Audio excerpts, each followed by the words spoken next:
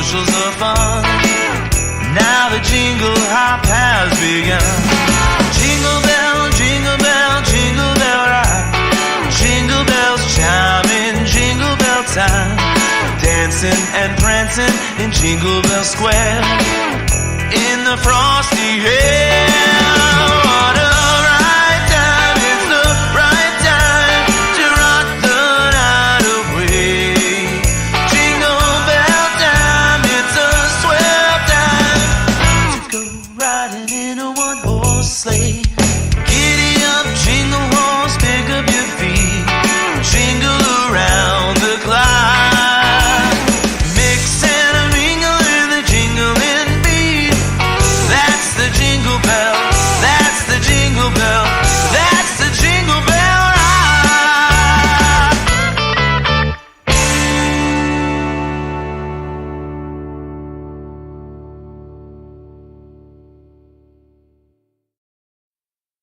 We are the ones who don't know what we're fighting for. Give us a gun and send us all off to war. We are the ones who grow up in violent homes. We are the ones who don't know what's right or wrong. I know.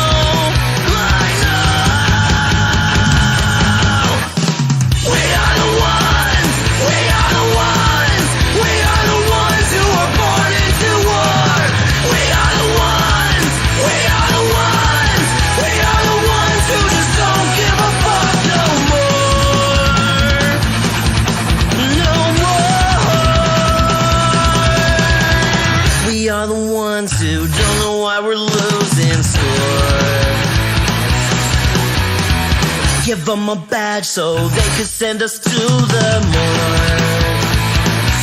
Yeah, we are the ones who are scared to walk out the door. We are the ones who don't know what we're dying for. I know. We are the ones. We are the ones. We are the ones who are born into war. We are the ones.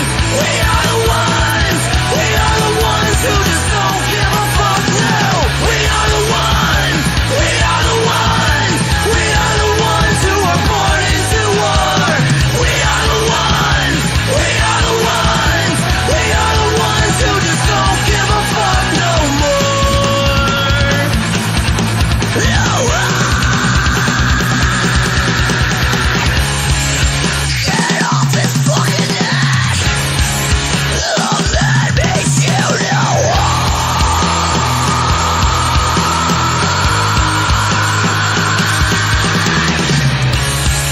They can't fucking breathe! Let me shoot you!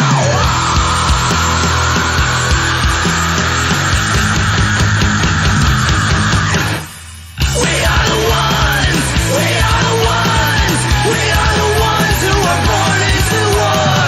We are the ones. We are the ones. We are the ones who just don't give a fuck now. We are the ones. We are the ones. We are the ones who are born into war. We are the ones. We are the ones. We are the ones who just don't give a fuck no more. No.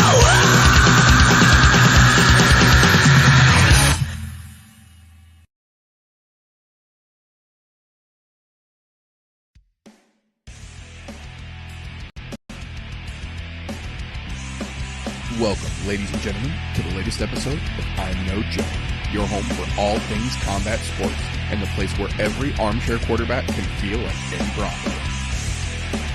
The views and opinions presented on the ImNoBookie channel belong solely to the person expressing them, no one else.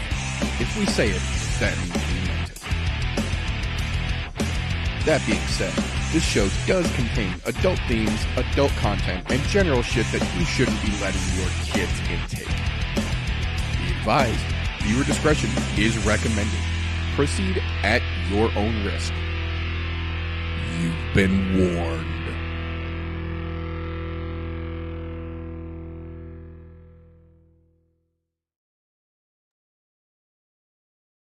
This goes out to one very special young man, and I genuinely hope someone clips and sends this to him.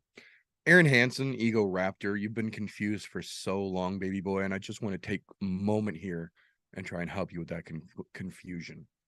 So, from the original 1951 until 1981, Carl Banks had set the Clan McDuck, thereby leading into Donald and his namesake sister Thelma originally, as the heir commonplace namesake that folks would recognize, Thelma thereby siring Huey, Dewey, and Louie, the nephews who would become more infamous than any of their predecessors, though Thelma's sire mate was never specifically addressed. But then in 1993, Don Rosa rewrote the original Clan McDuck timeline in The Life and Times of Scrooge McDuck to clarify things, and he did at that point change one crucial thing that I think might lead to what's giving you all this disillusion of the DuckTales family lineage, and that Don changed Donald's sister's name from Thelma to Della Duck, still siring the aforementioned Huey, Dewey, and Louie with no namesake sire, but the change of name is enough to throw any man's common sense to the wind. That being said, welcome, ladies and gentlemen, boys and girls, children of appropriate ages, to the latest episode of the I'm No Joe podcast, a show where every armchair quarterback can feel like Eddie Bravo. Today, as like most days, I have got a glorious panel here with me to get into the shit talking and the shenaniganry we have got to look forward to on this beautiful, punchy, kicky, blessed weekend. But before we get into all the fun and fuckery, first and foremost, gentlemen, how the hell are you doing this fine evening? Doing pretty fucking good. It's been a decent week after Thanksgiving. Got a lot to look forward to this weekend. A lot of fucking fights going on. Some local shit. Shamrock card. Going to see it in person. 15 fucking UFC fights. I'm excited. Yes, sir. Dude, can we say wild fucking weekend as far as MMA kicky punchies as a whole is concerned? You got what? So technically, one is two different cards because there's one on Friday night and one on Prime and Saturday morning.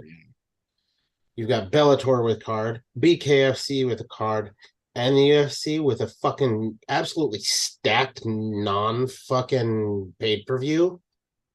And I'll say, look, as far as non-pay-per-view cards go, this is the best fight night we have had all fucking year as far as the amount of stacking that they've done in that. Like this weekend might fucking be better than next week. Sitting in the back room blowing their fucking load with both hands on this one, and I'm for it. I'm here for it. Yeah, like we're gonna get a few fights that are decent next weekend, but I honestly think, like as a whole, this card would probably be better than next fucking week. So it very well could be. It's a wild week. If you're a fight fan, you better have like 6 TVs set up and don't even bother. Just put your bar right in front of you because there's no reason to get the fuck up. I'm gonna look like that Chinese dude that was playing Pokemon Go and have 43 different old cell phones wired up on Wi-Fi, set up on a little fucking homemade grid so I can have all the different fucking cards streaming through. Goddamn right.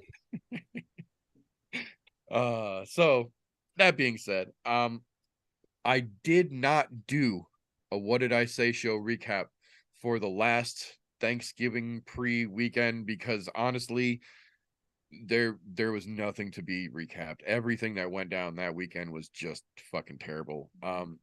In so much that it literally bleeds over into our news and recent events to start off this week. Before we even got to the card last weekend, we found out that Derek Lewis had been hospitalized just before the actual card started off, was treated and then released, and tried to convince the committee that, or the commission rather, that he was good to go, but they would not let him go through. So they canceled the main event at the last minute and changed things around.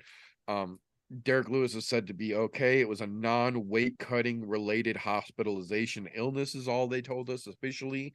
But we did know that Derek was released from the hospital and did try to come back and fight, but they just weren't going to let him at that point. I call shenanigans on this fucking commission, man. If he says he's good, let the man fucking fight. Although, that brings into play that shit we were talking about 2 weeks ago, where people are trying to fight through shit they probably shouldn't be. So maybe good on them, but at the same time, I was still pretty pissed that that fucking fight got scrapped because Well, that, and you also have to realize that one of the main things that a fighter would be treated with when he's hospitalized that Is an urgently would be an IV. And we both know how that works. And especially with the new rule set, it doesn't matter what it's for, who administers it, you cannot have IVs, period, before a fight. So, especially leading right into it like that. We'll touch back again on that in some more news in a minute because, oh, yeah, UFC going to UFC. But pretty much. I'm just glad to hear that it was nothing too serious and that Derek was released from the hospital and should subsequently be okay from it.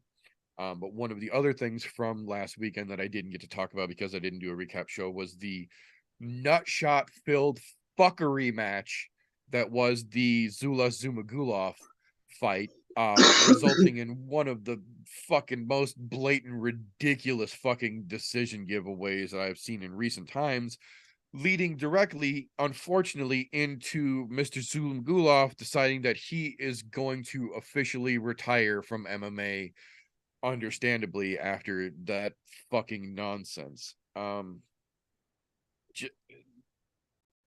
Not that he was on the path to taking the belt anytime immediately or anything like that, but the dude was fucking fun. The dude had, great fucking potential, and to see something like that go so fucking sour that he's willing to just hang it up, it sucks, man. That just sucks.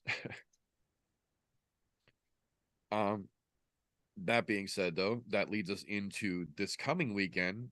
We found out last week that Derek Brunson is injured with a quote-unquote undisclosed injury. I say in air quotes for those listening. But luckily for them, Jack Hermanson stepped up and is now going to take on Roman Dolidze this weekend on the UFC card. So, making the best out of sour grapes, as it were. I think it'll still be a pretty interesting match. Maybe even more so than it would have been. I think Hermanson could put up a little bit more of an interesting fight style-wise to Dolidze than even Blonde Brunson might. So, we'll see. We'll see when it comes around. One thing we did get, though, was a fucking stockpile of UFC 282 news in the last week or so since we have talked to you fine folks. So let me start at the base and we'll work our way up here. So for the third time in a row, OSP's opponent has pulled out. Felipe Lins has now withdrawn for, again, quote unquote, air quotes for those listening, undisclosed injuries, a week and a half out from the fucking fight. So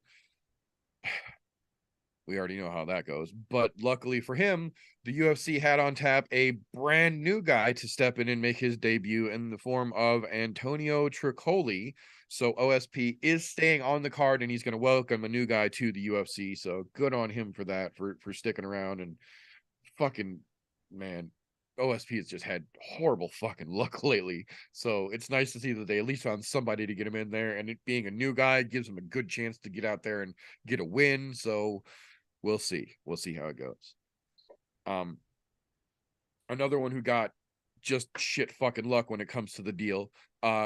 Cameron Saman, former Contender Series alumnus, had his opponent drop out, but luckily they were able to pull together not only another gentleman to make his debut against Cameron Saman, but another fellow 6-0 fighter coming into the UFC. So we've got a 6-0 guy making his UFC debut and a 6-0 guy making his official UFC debut coming up from Contenders, where he obviously got the fucking nod. So that's going to be a pretty cool fucking thing to see one of the Contender Series guys come in, and they literally matched him the absolute best they possibly fucking could have. They gave him a mirror image, record-wise and experience-wise.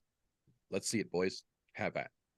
That I fucking agree with. I like those kind of matchups for Contender Series guys. Fuck yeah. Put them on the right track early rather than trying to throw them into the fucking meat grinder right away. Exactly. Let both guys show what they've got against guys of their own caliber. I'd rather Crazy see that concept, all but- day because then we can actually see those guys grow as fighters, slowly move themselves up. Don't get me wrong. There are instances, but they're few and far between, where that guy's fresh coming in that deserves to be up there. But most of the time, that's not even the case. Like, to be honest, even with Bo Nickel, I like where they're kind of bringing him in at. Don't get me wrong, I want to see him shoot to the top, but not in that instant fashion. Like what we saw to him in the Cans and Contender series, fuck. That was fucking fantastic. He can obviously beat the fuck out of soup cans, but to slow those guys into this, even when they're of that kind of caliber and have that name recognition, slow them up a little bit just to see where they really are. That's a wonderful thing. Yeah, I like it. I like it a lot. So, the other big chunk of 282 news, Yuri Prohaska has officially injured his shoulder, requiring surgery and physical therapy rehab. He is going to be out no less than 8 months, they say, potentially up to a year to year and a half, depending on how surgery heals and based on how recent injuries from other fighters go. It's better look at the long end. But in being injured, obviously he is out of the fight with Glover Teixeira. And to take things one step further, leaning back into his Bushido code, so as to not hold up the division while he is recovering from his surgery, he also relinquished the light heavyweight belt. Said that when he is healed and he is ready, he will come back and he will fight whoever has the belt. It doesn't matter because it's only fair to not hold the division up. So, hey, I got to tip my fucking cap for that. Respect like a motherfucker. I mean, mad respect for it, but I don't get it. I think it's the dumbest decision he could have made to let go of the belt when you see what Francis Ngannou's done for the past year. Oh yeah, plus. no, let me just clarify. like I know he probably doesn't care about money, but financially speaking, it was like not smart idea.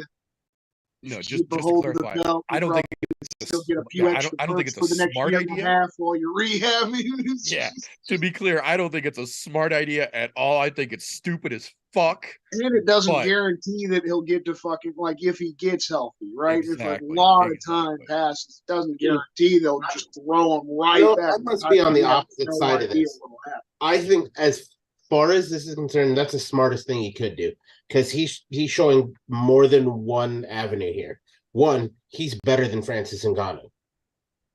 As a human being, I think he's definitely putting his balls in a wheelbarrow for sure and wheeling them out. Dude, you know what? Knowing that he had the wherewithal to do that and how he came about taking the belt, he didn't just take it, he destroyed getting there. As much as a lot of us like to give him shit, he has absolutely earned that right to be champion. To be honest, I like the way that he's doing it, saying, you know what? I don't want to hold this up. I appreciate that probably more than anybody else because I fucking hate shit being held hostage. The fucking heavyweight division right now, because of Francis piece of shit Ngannou.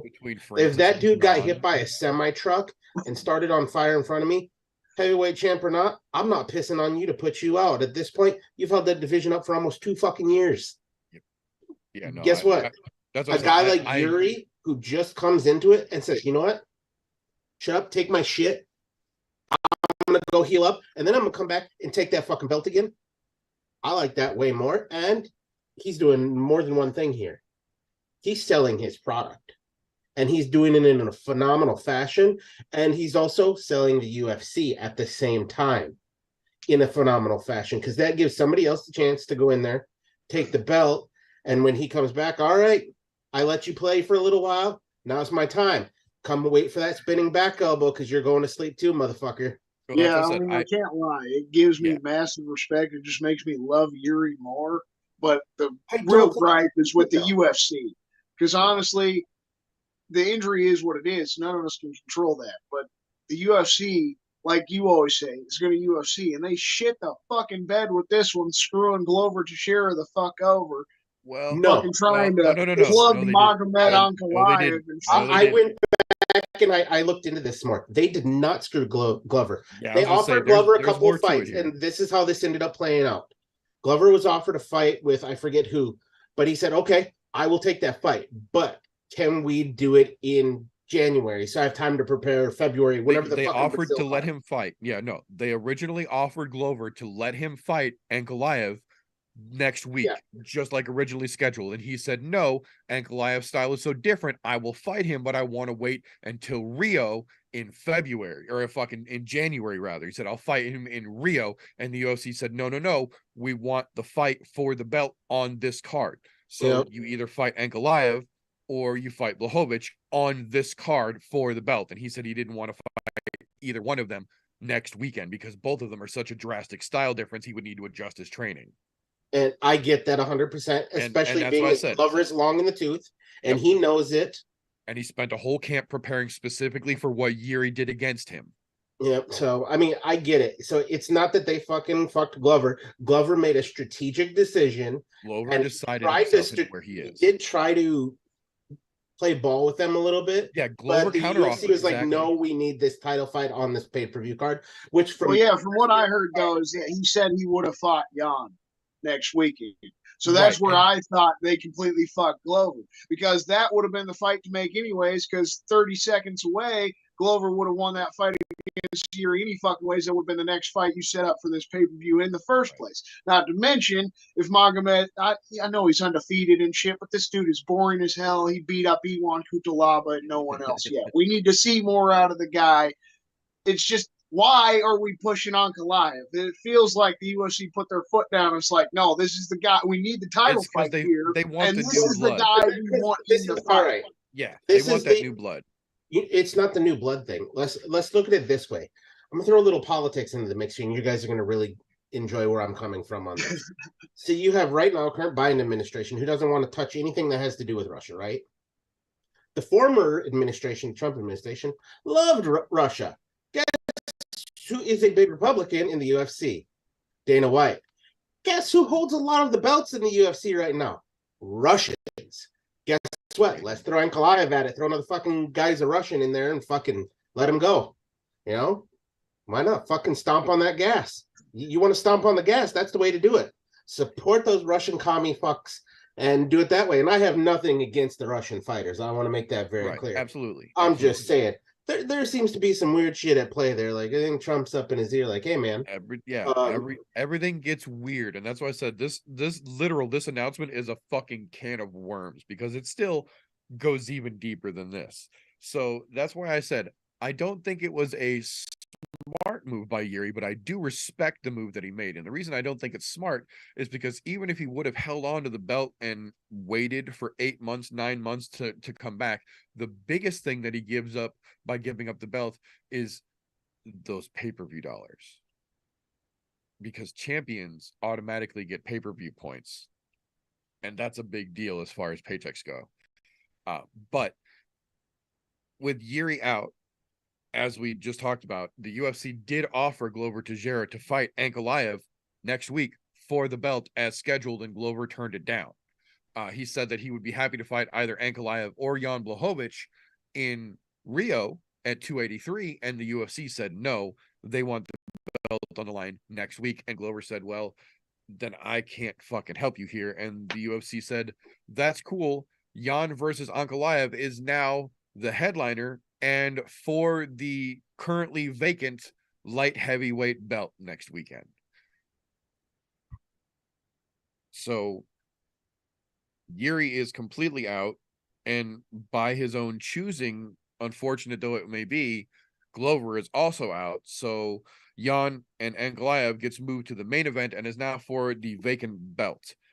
In moving that to the main event, Paddy Pimblett versus Jared Gordon now gets moved to the co-main event. So they are absolutely preparing Paddy Pimblett to tee off on the fucking dented soup can that is Jared Gordon and get the place fucking rocking before they give the belt away in the fucking next fight after that is the main event next weekend. So, and it needed that bump for goddamn sure anyways. So they're pushing him and they're doing it in the right way. As far as like making a cash cow, They're making a cash cow. Yeah, they're letting him quote unquote earn his way with victories to all the bigger names that they give him. So Yeah. I expect to see him come out and just flatline fucking Jared Gordon. But that's for next week's talking. We also subsequently, after the ball of fucking worms that was the 282 announcement, got a small smattering of announcements for the final UFC card fight night of the year, Vegas 65 on December 17th. First and foremost, we got the official announcement yesterday that Brandon Royval is out with, go figure, a shoulder injury.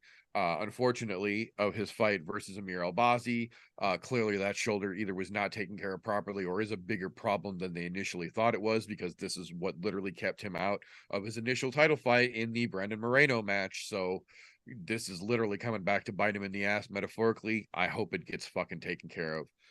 No word as of right now if they're going to keep Albazi on the card or not, but Royval is officially out. Now they have added 3 different very interesting fights to that December 17th card to make up for this one Brandon Royval versus Albazi fight falling off. The first one that they added was Manel Kape versus David Dvorak, which is a very interesting stylistic matchup. I think Dvorak's reach could play a very big factor because Kape is very fucking fast, but he can also be big brothered if you can get your hand on that forehead. It's been done to him several times, and it's kind of hilarious if you look at the footage. It literally looks like somebody big brothers him in the middle of an octagon. Makes me giggle. Sorry. It's cool that we get to see. I didn't hear about that fight. It's cool we get to see Manel back, because I know he had to face that 6-month suspension, getting popped up on some illegal substances himself. They retroactive, apparently they retroactively did the thing because he quote unquote complied and did everything they asked him to, so he's eligible almost immediately once they announced it, is how it went down, apparently. But then on top of that, we got the announcement, Bruce Leroy himself, Alex Caceres, getting back in there, taking on Juicy J, Julian Erosa on that December 17th card. That's going to be a very fun stylistic matchup as well, in my opinion. Excuse me. But then the chef's kiss for that card, in my opinion, that little beautiful note that they just announced this week, confirmed Drew Dober versus Bobby Green. That is going to be a spectacular fucking fight, and I cannot fucking wait to see that one shake loose. Another guy in the same situation. He complied with the suspension and everything, so they got him back right away, man. Put him I love right him. back in the fucking Love bell, seeing yes, some Bobby Green. We would have seen him a couple more times this year if it wasn't for that. It was a sucky situation. Glad to see him back. What a fucking wait. Like, he loses to Makhachev in February, right? And then gets suspended, misses the whole year, and they give him this kind of a fight. Fuck yes, dude. He beats Drew Dober in a fantastic fashion. He's right there knocking on the top 15. He's going to get someone like Grant Dawson for his next fight. That's good shit. Yeah, it could get real interesting real fast if Bobby Green shows up ready to fucking roll, good to go. It could be a real fucking fun matchup. So I'm fucking stoked to wrap the fucking year out with that fucking fight for sure. We got a couple of announcements here for that first coming back UFC card for January 14th, which, for the record, there are no UFC cards between December 17th and January 14th. So there will be no I'm No Joe shows between December 17th and January 14th. We will be back when we're back. I take that back. There will be a what did I say recap at the end of the year, but that will be the end of the shows for 2022. We will come back when the UFC comes back in the beginning of January. But for that first January card, very interesting matchups here. The first one, Damon Jackson, who is just turning out to be the fucking stud that nobody knew he could fucking be, against Dan Ige, the match that he specifically fucking called for, the UFC's giving him. That, I think, is very fucking cool and could be a very fun matchup as well. But then the UFC confirmed the headliner on that card as well to be Kelvin Gastelum versus Nassourdine Imavov fight. I believe they've tried to make 3 times now. They are finally going to just set it as the main event this time to make sure that it happens, apparently. Maybe not the most exciting fight, but as many times as they've tried to put it together, they clearly see something there that the rest of us don't yet. So I'm curious to see how that one plays out as well. We did get, despite Glover's best efforts, one more fight added to that UFC 283 card for January 21st down in Rio, the first pay-per-view of the year, in the form of Gilbert Burns versus Neil Magny. That's going to be fucking crazy on a card that is already stacked with fucking crazy fights. That's just going to add fucking gas to the fire already. I'm excited to hear that, but I'm still hoping. I know we don't have a lot of time left, but I'd love to hear something like a Nunez Shevchenko 3. Right, something. Throw another really big, because that'd probably be the main event above Moreno and Figgy 4. I don't know. Definitely could for I sure. don't know. Yeah. I'd kind of want it to be the main event, but Wishful thinking, brother. Wishful thinking. Oh, but then we've got moving on after that, February 4th, Bellator 290 will be headlined by Yoel Romero versus Vadim Nemkov for the light heavyweight belt. That's going to be a fucking crazy fight unto itself, because the main event on that card is going to be Fedor's retirement fight versus Ryan Bader for the heavyweight belt. So Fedor could potentially take the heavyweight belt from Ryan Bader and then retire with that motherfucker to add insult to injury on that night, as if everything else wasn't crazy enough.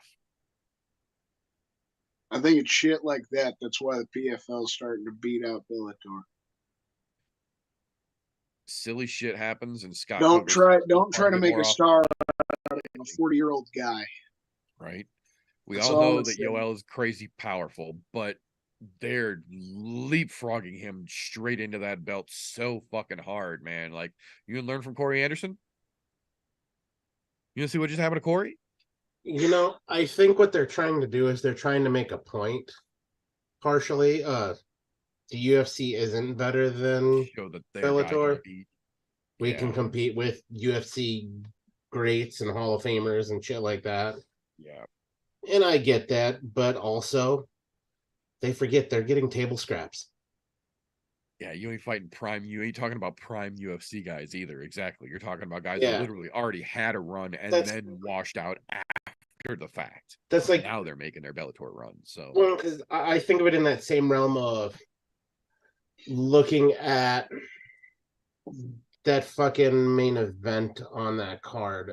Fucking goddamn Fedor and Bader. I look at it in the same light as Fedor, right? For the longest time, everybody said Fedor was the greatest of all time. Okay. He had a great run between fucking everything he did in fucking the square to fucking going to Bellator. He's had a great fucking run, but during his prime, he never fought UFC fighters in their prime. Yeah. Like, I never dispute that Fedor was great and he had great fights, but I always will dispute that Fedor was the greatest because he had the alternative. They willfully threw millions of dollars at him and gave him every chance he could to join the UFC, and he chose not to. He chose not to fight the greatest opposition he could have fought. Yeah. And look, he still goes down, in my opinion, still one of the greatest fighters to have never fought in the UFC. Absolutely. Probably the greatest fighter to have never fought in the UFC. I was going to say, outside of the UFC, I would say he was absolutely one of the greatest. Yeah, but that's the same thing where they throw, what do they throw at him? They throw at him fucking, since he's been in Bellator, UFC table scraps. That's the reason he fought fucking Rampage when Rampage was fucking 70 pounds overweight, not a shape as fuck. Tim Johnson missed weight. Tim Johnson missed heavyweight. And that was a legitimate UFC veteran fight that he's going to brag about? Yeah. Come on. I'm just saying, Come on. Again, Coker and them have done some weird things to try to make it look like they're better than the UFC. And look, to their point, it makes sense to do shit like that. As far as selling shit, of look, our guys are better than UFC guys because we're fighting UFC guys and beating their asses. And no, that's not to say that fucking Corey definitely had a fucking bad looking night against Nemkov. Yeah, that was A not couple weeks ago. That was fucking ugly.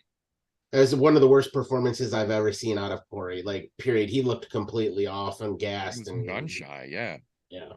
For a guy who literally got himself into a title fight by talking mad shit, he came in gun shy as fuck in that fight. I agree. So yeah, I don't know why either, because he was winning the first fight until that accidental headbutt happened. He sure the fuck was. Yeah, no, he had the clear path supposedly to just steamroll through to fucking victory there and couldn't fucking close the deal for whatever reason. So yeah, it's going to be interesting to see how the Yoel situation, if it plays out the same way, or if Yoel is crazy enough and strong enough to just level him out with one power shot. You know what's the weird thing with Yoel is? Well, I have to say this. Yoel didn't start MMA until he was fucking in his late 30s. Well, or in mid 30s. The other thing that people miss is that when Yoel was in the UFC, Yoel was competing at middleweight.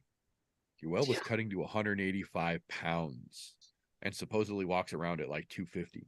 He's fighting in Bellator at light heavyweight. So he's at 205. That's 20 extra pounds he doesn't have to cut anymore. That's a lot of fucking power to carry. And when you're in, look, for him, that's a smart move, because once you're into your 40s like that, that weight doesn't come off like it does when you're in your 30s and 20s. 20 pounds? Yeah. That's a lot. That's a huge. Think about how much extra fucking power he gets to carry around. And not only power, but gas tank as an Olympic wrestler. And it's the gas tank. And that's traditionally been one of his weak points, is when you wear Yoel out or drag him to deep waters, he loses steam. Yeah, it's because he was fighting fucking like 70 pounds below where he should have been. Yeah, he was cutting a ton of fucking weight, and now he doesn't have to do that anymore. Just because you did it to get into the fucking Olympics for wrestling doesn't mean you can do that shit fucking in MMA. Exactly. So it's a different beast. You still have a wrestler's gas tank because he would still go. It just wasn't the same amount of go. Right. So yeah, no, I'm curious to see how it plays out for damn sure. If he wins that title somehow, that's gonna shit all over Coker and the fucking Bellator. As much as I hate to say it, it's gonna blow up in their face. Yeah, because you brought in a UFC guy and they finally get it done. Yeah, that's not a good look for them. But if he gets his ass stomped, it'll be a good look for fucking Bellator as a whole. Right. I mean, either way, they win because they still come out ahead, but it's not as big of a head as if fucking Yoel goes in there and just gets a mud hole stomped in him. Yeah, just gets blown the fuck out. Yeah. But that being said, February 18th, back on the UFC side of the house, Benoit Saint Denis getting back in there against Joe Selecki. That's a name we haven't seen in a little bit. Stylistically, again, very fun matchup between those two, so I'm fucking down for that. Then, as if we needed more of an example of Scott Coker doing Scott Coker things, Bellator 291 is literally 3 weeks after Bellator 290, February 25th, and will feature the headline of Logan Storley versus Yaroslav Amosov, the second fight that no one was asking for, that promises to be just as fucking boring and wet blankety as the first one was. So, you know, they're gonna blow the fucking doors off potentially with 290 and then literally put everyone to fucking sleep with 291 3 weeks later. Not a fucking smart move, but you know, go ahead, Coker, do you. Then, ironically enough, on the same night, February 25th, over on the UFC side of things, Nikita Krylov versus Ryan Spann will be headlining the UFC fight night over there, which I think is a very interesting matchup as well, especially considering what we've seen Ryan Spann doing lately out of fucking nowhere. So I'm very curious how that one's going to play out as well. Speaking of out of nowhere, March 11th's main event has officially been announced by the UFC.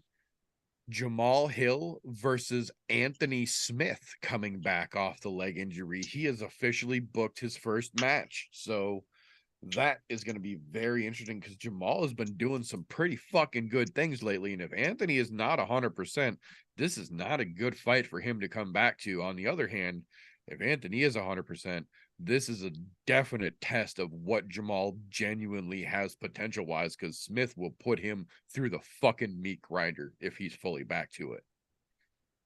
I'm kind of here for it. As long as Anthony is fucking legitimately healthy, that's a good fucking match, man. That's a real good fucking match, in my opinion. I think that's why they set it up in March too, just so that he is going to be fully good. Make sure he's got fucking time, yeah. He's been walking around again. I know he hasn't been dealing with the blood clot issues and shit, so Yeah. I feel like he's going to be able to get back to training soon. And that's why he's still got 4 months. I think he unofficially alluded on the Believe You Me podcast that he didn't say directly, but he said there's been some contact with some pads in his garage from time to time lately. So I think he's like, wink, wink, nod, nod. Definitely not hard sparring with anyone at all. Wink, wink, nod, nod. Bob in the garage. Like, you know what I mean? Like, I think he's working it as much as he can without officially being back at the gym and like getting back to training. So I think that's why he was like, oh yeah, no, we're good for March. I know I have heard him telling Mike he's been staying on a decent enough weight. He's only about 230. Yeah, so I mean, with him fucking being hung up, he's still got what 25 pounds to lose yeah. before getting into training camp. So I'm, Yeah, I was I'm gonna pretty say. sure Anthony Smith will be all right. Yeah, I was gonna say, and being, this far out, having plenty of time to actually get into camp, and saying himself that the holidays have been generous to his midsection along with the fucking healing from the injury. I'm sure that once he puts the fucking commitment down and gets into fucking camp, that weight's just gonna be no fucking issue at all. And as I said, if he's healthy, this is gonna be a fucking fight, boys. So, that being said, a fight that I'm less interested in overall, but still interested in the result, I should say, more than the fight. March 25th, 2 weeks after that fight, Andrea Lee stepping in to take on Macy Barber. The UFC is very clearly still trying to push both of those gals, so making them face off, I think, is actually kind of an interesting move on their part. I'm curious to see how it shakes loose. But then we've got some not exactly direct fight related news to go over here real quick, just because some things have to be mentioned. Again, it's how we like to do things around here. First and foremost, it's another one of those things that it has to be talked about, but it's almost more comical than it is serious. Artem Lobov has officially filed a lawsuit against Conor McGregor for the creation of Proper 12 and the subsequent sales profits.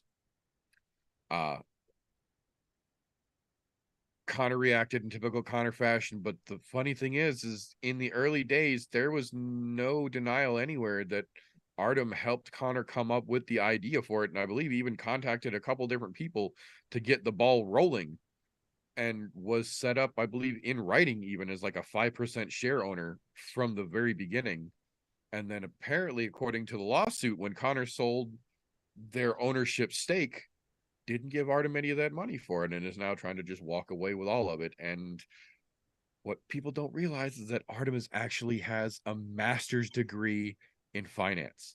Artem's not a fool. Artem's one of those very well-educated gentlemen who chose to fight as a prize fighter. Especially when it comes to money, he has a fucking master's degree. I don't think he would enter into a business contract that fucking potentially beneficial without knowing his I's were dotted and his T's were fucking crossed. So Conor delete tweets as he may, I still think this one may actually have some bite to it, if nothing else than based on the reaction it got so vehemently and so fucking quickly. That being said, we've talked about it a couple times, so I'm not going to go back over it completely, but what I will say is that it looks like it's more than just hardcore fans speculating and rumors going around when it comes to the Derek Minner Nordim Scheinbeck situation, fiasco, however you want to describe it.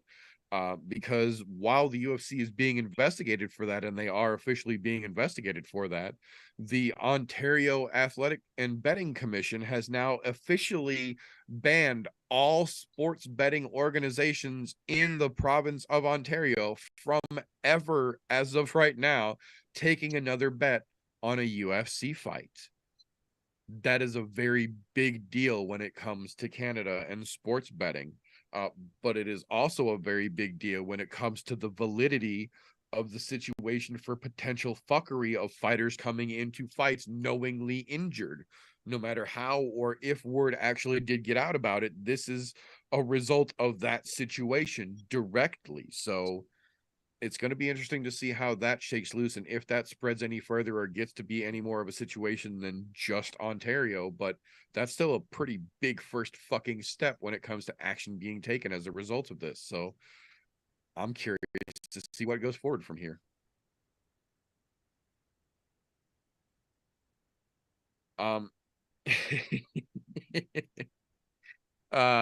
Another one almost more comical than actual factual, but it does need to be talked about, if nothing else than for the fact that he's been so fucking boisterous, so public, and so brazen about his quote unquote natural status, talking about the one and only Liver King, whose real name is actually fucking Brian.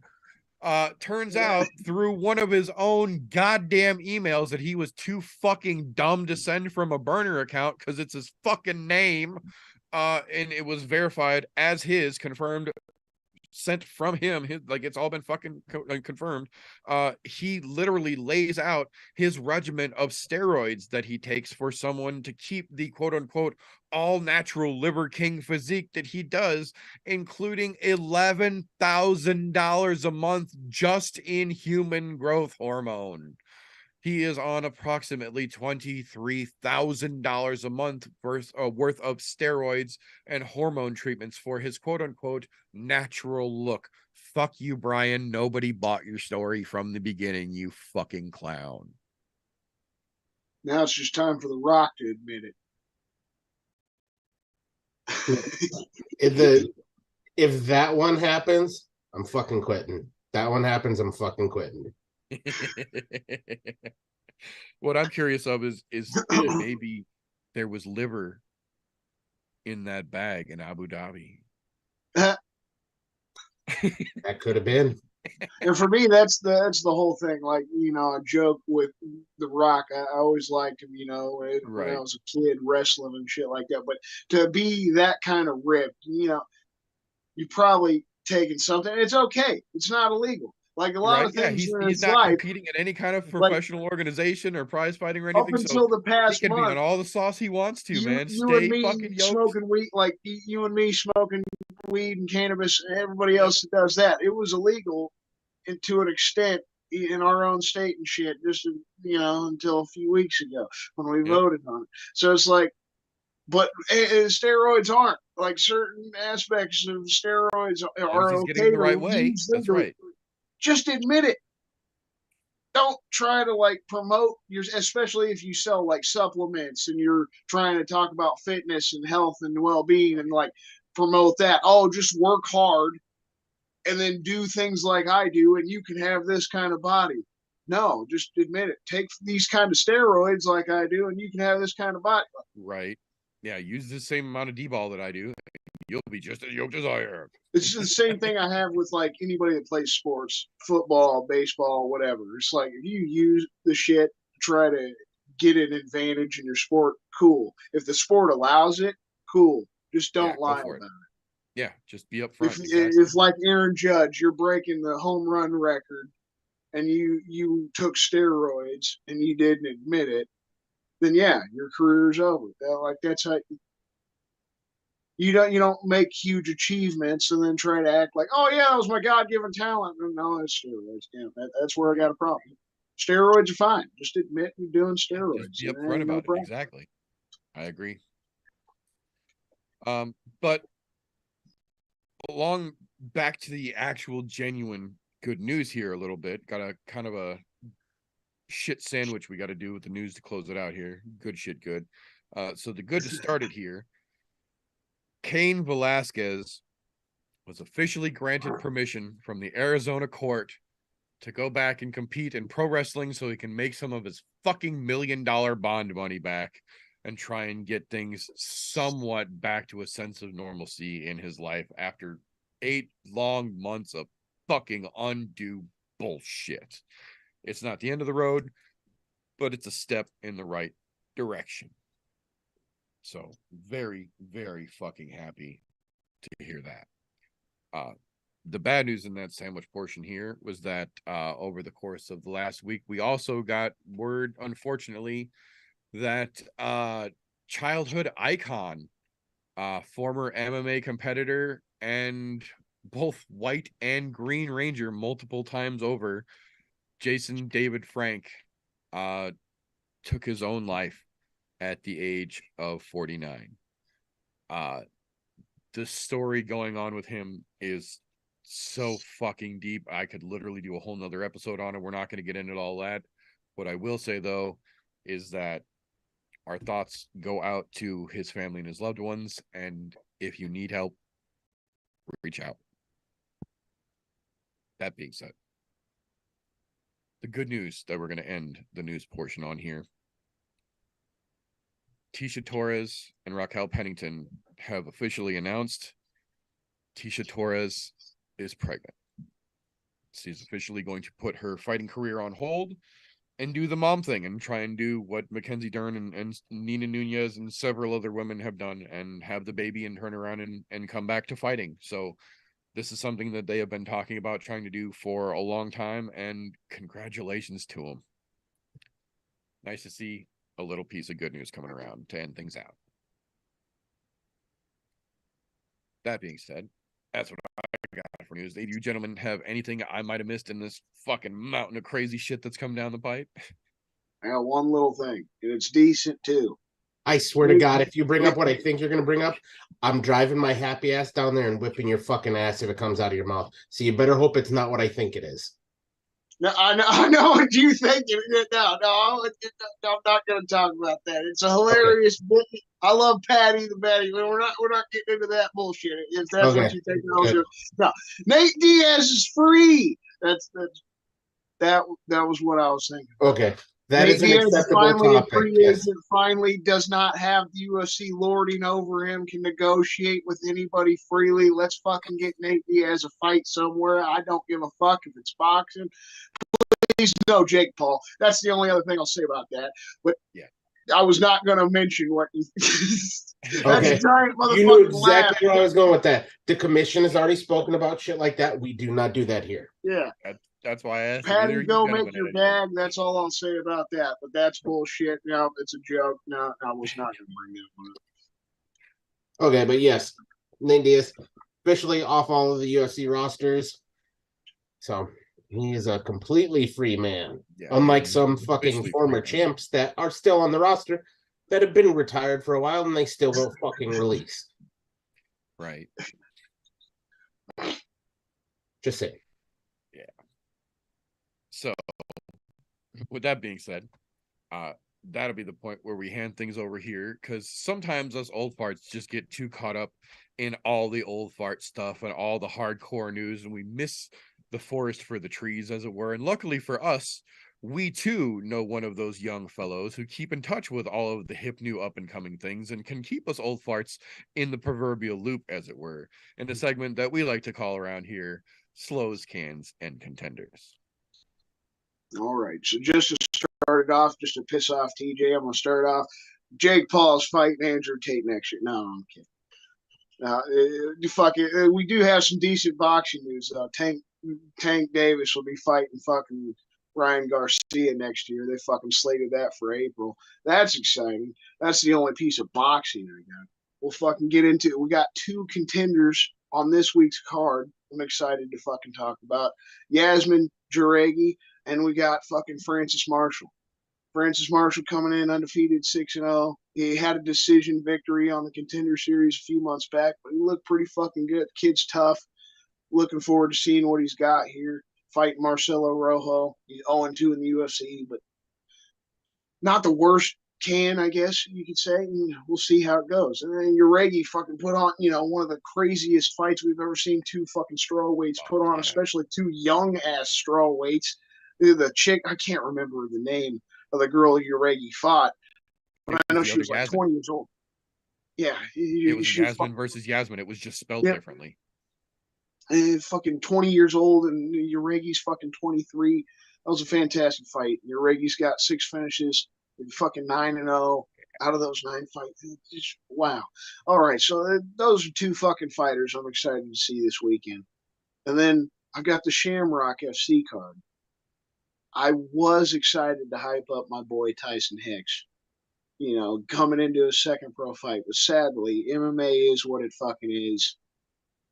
Some people weren't meant to try to fight at all or be on the professional level. The dude who's supposed to fight pulled out for the second time this year, so he won't be able to fight on the card. But I wrote down a few fights the best I could. I tried to scrum for some excitement. But I've got 2 fights that I'm going to say are excitement. Those are the amateur fights. And I got 2 fights on the pro card. There's just no saving it. It's just straight up cans. So we literally got both sides of the spectrum here, the cans and the contenders. So what might be the main event now that Tyson doesn't get to fight his guy fucking pulled out. He was supposed to be the main event. It's going to be a heavyweight fight. It's a pro bout. But the one guy, Will Johnson, 32 years old, coming in at an 0-2 record. Not just 0-2. It is what it is. Maybe just hadn't got off to a great start. Did all right in the amateur level. Lost his first couple fights pro level. We'll see where it goes, right? But he hasn't fought since 2017. Last fight was November 2017. He did fight for Bellator. So, he's fought for decent promotions here. He fought for Bellator in his pro debut. He fought for Shamrock in his second pro fight. He lost both of them. But that's the thing that worries me about this guy. You haven't fought for 5 years. And then the guy is fighting Cesar Gutierrez. He's 2-6. This guy's 29, a little younger. 2-6. Doesn't really excite you. Doesn't tickle the fight and pickle. And just it's hard to get on. Lost 5 straight.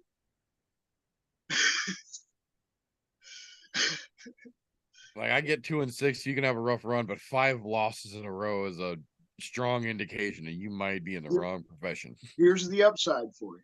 His 2 wins, Cesar Gutierrez, first round finish. So this is the can fight. That's something, I guess. Maybe you get a finish. The only dude that's got wins came by first round finish. That's something. That's something. All right, so we got another pro fight. This is a little better. These guys, the records aren't as horrible. Okay, so we got Cesar Morales coming in at 1-0. So this will be his second pro fight. He just doesn't have a lot of experience at the pro level. Won his first fight. Is coming in on his second one. He won his first pro fight, the first round TKO. He was 13-6 in the amateurs. So he didn't have the greatest record as an Ami, but he's got some experience. 19 fucking amateur fights. So this guy's got some experience. 8 wins by finish out of his career. So there's some excitement to be had out of this guy, right? At least this pro fight, I'm still saying it's somewhat cans, but it's better. He's fighting Joey Scanlon. This guy's 29, and he's coming in at 3-4. He lost his first 3 pro fights, and he's been 3-1 since. So the dude has turned it around since he started his pro career. He fought for the LFA just last year. We wound up losing that fight. That was one of the last 4. So, moving up to a little bit of a higher level promotion than our regional promotion here with Shamrock. I would definitely say LFA is a little step above in competition. You lose that fight. We'll see what he can do coming back. He's got a handful of finishes in his career. So there's maybe some excitement to be had. It's a bantamweight fight, too. So they're having some finishing potential out of some bantamweights. Interesting. Then we got 2 interesting fucking amateur fights here. Let's start it off with another bantamweight fight. We got Jack Wilson. Don't know this guy's age. Couldn't figure that out on Sure Dog, Tapology, or anywhere. He's fighting Caleb Williams. We just saw Caleb Williams back in October when me and Vin went to the fucking FAC 16 event. He did lose that fight. He lost to Brian Herrera. It was a decision loss. But the kid's done well in his career for the most part. I mean, it's his 5th fight this year. This fight on this card. So that in itself is impressive. You're an amateur fighter. At least you're getting your ass out there. You're getting the experience. Even if he lost his last fight, this is going to be his 5th fight this year. 4-5, not a horrible record. The guy he's fighting, Jack Wilson, is 4-5. So one of them is going to come up even here. The Jack Wilson, he's lost his last 3 fights. And the last 2 of them, he's been finished. So it feels like they're kind of giving Caleb a way to bounce back after losing a tough decision on the FAC card. And Caleb's a local guy, so it just feels like trying to give that amateur a bounce back. So, and then we got what I feel like is the best fight on this Shamrock card. Another amateur bout. We got Ralph Hernandez, a 23-year-old, youngest guy on this card. You're gonna be fighting a 29-year-old and Clayton Whaley. Whaley's 5-3. Hernandez 5-2. The best records on the card.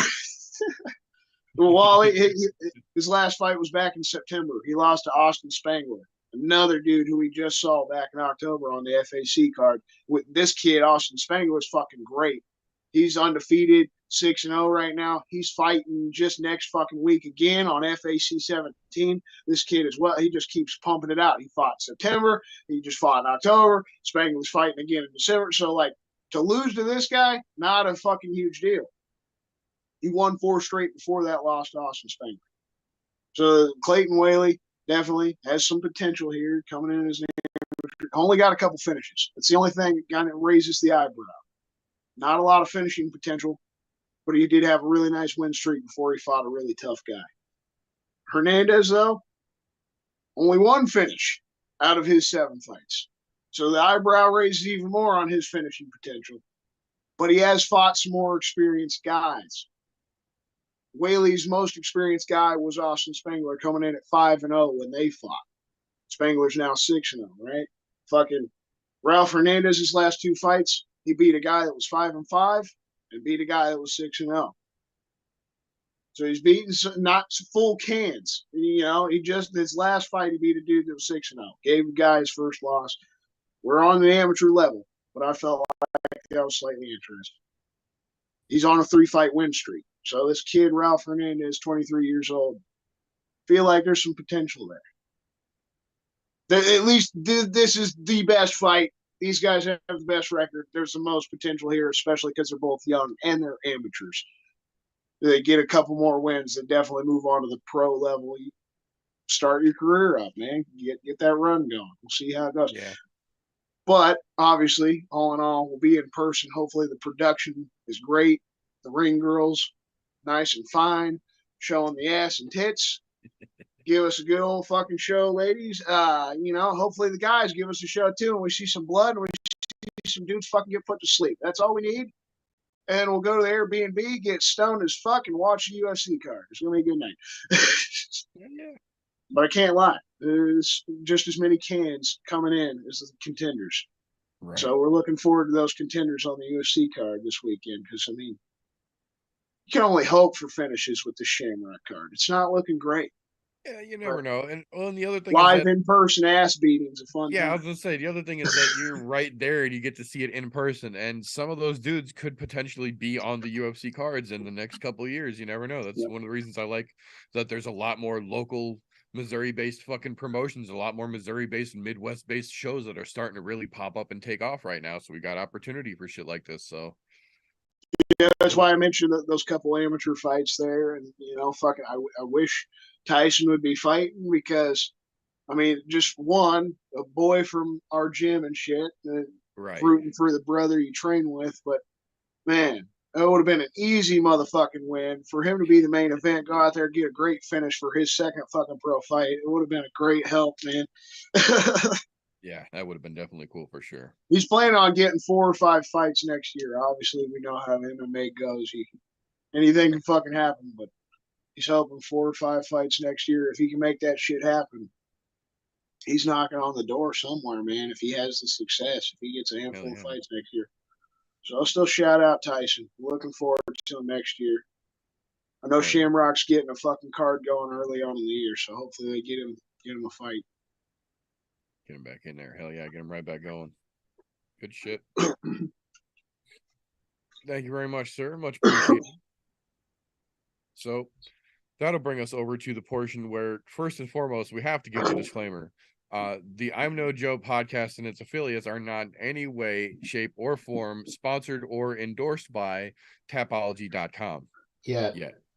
That being said, Tapology.com does offer a free service where you can make an account and make your pick on fights just like we do here on the show. And then as the fights go out, I broadcast here on the I'm No Joe channel during the main event, or the main card rather, of the UFC event for that weekend, a live real-time updating of all of our picks from the group, so you can see them in real time as the fights play out and compare your picks head to head with us if you would be so inclined. We are on the group ImNoBookie, all one word, or group 965, however you choose to find us. You are all more than welcome to come join, put your picks in, and step right up and take a chance to get your numbers smashed through like we do in a little segment we like to refer to as Tapology with TJ.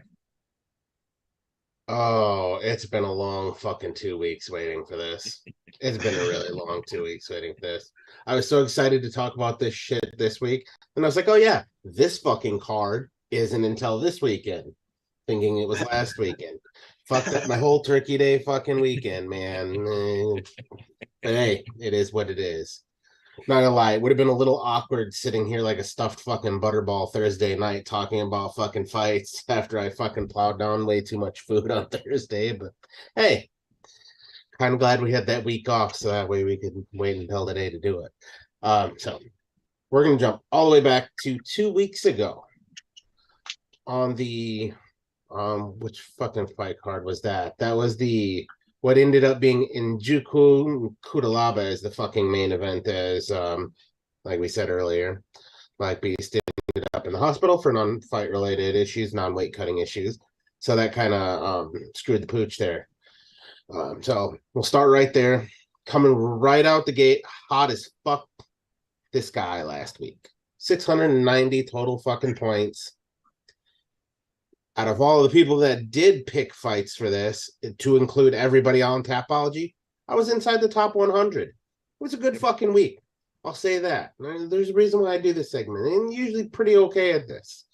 I need to start fucking... What was it? I think it was like 4,900 people that picked for that card or something like that. Almost 5,000 people that picked for that card, and you were in like the top 80 or something, top 75. Yeah, it was a pretty good fucking... It was a good week for me. They're not always like that. I want to make that fucking disclaimer, even though I like to toot my own horn because I'm usually pretty well off, but they're not always like that.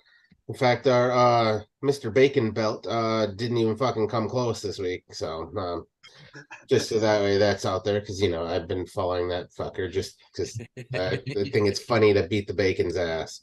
Right. But coming way behind me, and well, I say way, yeah, it's over 100 points. Lucas, second place, running at 565. Shortly behind him, boy Christian here, coming at 515. And then your brother, shortly behind that, at 490. And down towards the bottom, we've got my good old neighbor Don, fucking at 380. And shortly behind him at 340, Meter himself. Guy who tripped over his dick this week would be Tim, Advocate for Liberty. Just absolutely fucked it. At a whopping 300 points, 5 picks right. It was a rough week for him. I'll give him that. I'm still pissed that we have more members that I don't know, so I don't include them in our list when I'm talking, because I only include people that I know that are directly sub that interact with us when we're here live. So those are the only people I include, but I was still 10 points behind one person in our group who only picked 9 correct fights. he got 6 decisions correct and 2 perfects. His 1 extra perfect was enough to overthrow my perfect and my semi-perfect to keep me from being the absolute top spot in our fucking group. So I was a little frustrated with that, but hey, hats off to whoever the fuck AWS88 is. Well, the You suck a dick. The irony is I was 1 oops from tripping over my dick against the avocado for the UFC picks. And then in the day before, in the Bellator picks, I aced the fucking card and had like 7 fucking decisions and 2 perfects. Yeah. And then was like literally this far from tripping over my dick, if not for the avocado on the UFC card right fucking afterward. You got to pick your poison. There's a reason why I stopped doing the Bellator picks, man. I know better, because I've noticed when I do really well on Bellator cards, my fucking UFC picks are absolute dog shit. Yeah, so I was like, you know what? Nope, fuck it. About it. Either I'm gonna completely trip over my dick in fucking UFC picks, or I'm gonna do really well. There's no fucking fuckery in between. I don't want to fuck with that other shit, because I will fuck it. The only That's time what I'm worried about this week. We got 15 of them, man. Right. There's a lot of room to trip over the dick. But there's a lot of room to have an immaculate fucking week this week, though, too. Yeah, like, even you can have a couple bad picks, but you get a couple good perfects in there, and you're going to be right in the fucking mix. Yeah, with 15 fights, it gives you room to turn around a bad fucking run, too. It's not like when you have like a fucking really bad start of, oh, fuck, I've lost 3 fights in a row that I didn't call correctly. How the fuck am I going to gain all this ground back? Now, 3 fights in 15, yeah, you can gain that ground back and possibly get up towards the top, because somebody else could fucking trip over their dick in the meantime. Exactly. No, but yeah, trip over your dick award definitely goes to Tim this week, or 2 weeks ago, for that fucking whopping 300 points, and was it 5 out of fucking 11 picks, right? Yeah. I think there was 11 total fights on that card, right? Yeah, I think afterwards it was 11 total. Yep. Yeah, so not bad. The only one that I got wrong on that fucking card was fucking Zumagulov not getting it done over fucking with 4 nut shots. That'll fucking do it to you. Yeah. Like that whole fuckery, but it is what it is. Yeah, that whole fight was fucked up. So now 2 weeks ago, there's our results. So we're gonna do a quick rundown, because this is 15 cards and I don't want to waste everybody's time. For the most part, there are a ton of coin flips on here, but there are a couple fights that I do want to point out where the odds makers could be wrong, and you could fucking take some money on this if you wanted to bet the underdog. The first one, surprisingly enough, is coming at the fucking prelims. First fight on the fucking card. Yasmin and Estella Nunes, yeah. They had this fight as a minus 305 for Yasmin and a plus 225 for Nunes. Look, both of these girls are very new into the strawweight division, but having Nunes as a plus 255, I don't know that that's correct. You might want to put some money on Nunes. I'm not saying she's going to win, because like I said, they're both fairly fucking new and fairly green, but it seems when they're that green and it's a women's strawweight bout, yeah, that's big odds for them both. I feel like the odds have been swayed with that one, just because Uregi is younger, like vastly. She's 23, and Nunez is 30, and there's just so much more excitement with Uregi after having that fucking debut fight. So I just feel like the numbers are skewed because everybody's just piling the money on the new fucking shit. That's what I'm saying. There's a reason why I'm pointing that out. Yeah, you're right with the dog, just because the age comes with experience. Yeah, you're not bad off in the dog. The one great coin flip that I'm excited to watch, as far as the other women's fight on this card, is going to be the Tracy Cortez and Amanda Hebus fight. Yeah. So they literally have it at a coin flip, a minus 105, minus 115. That's a literal coin flip what they have it at right now. But anytime I get a chance to see fucking Cortez in there training with Brian Ortega, she's got fireworks written all over her. And I think if she can put on a really good, solid performance there, we might see her step up into the top 10 as far as fighting somebody in the top 10 over in the fucking flyweight division, which that'd be fucking fantastic. Yeah. Another one where I think the odds makers are not giving credit where credit is due.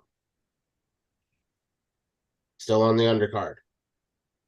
Darren Damage Elkins and Jonathan Pierce.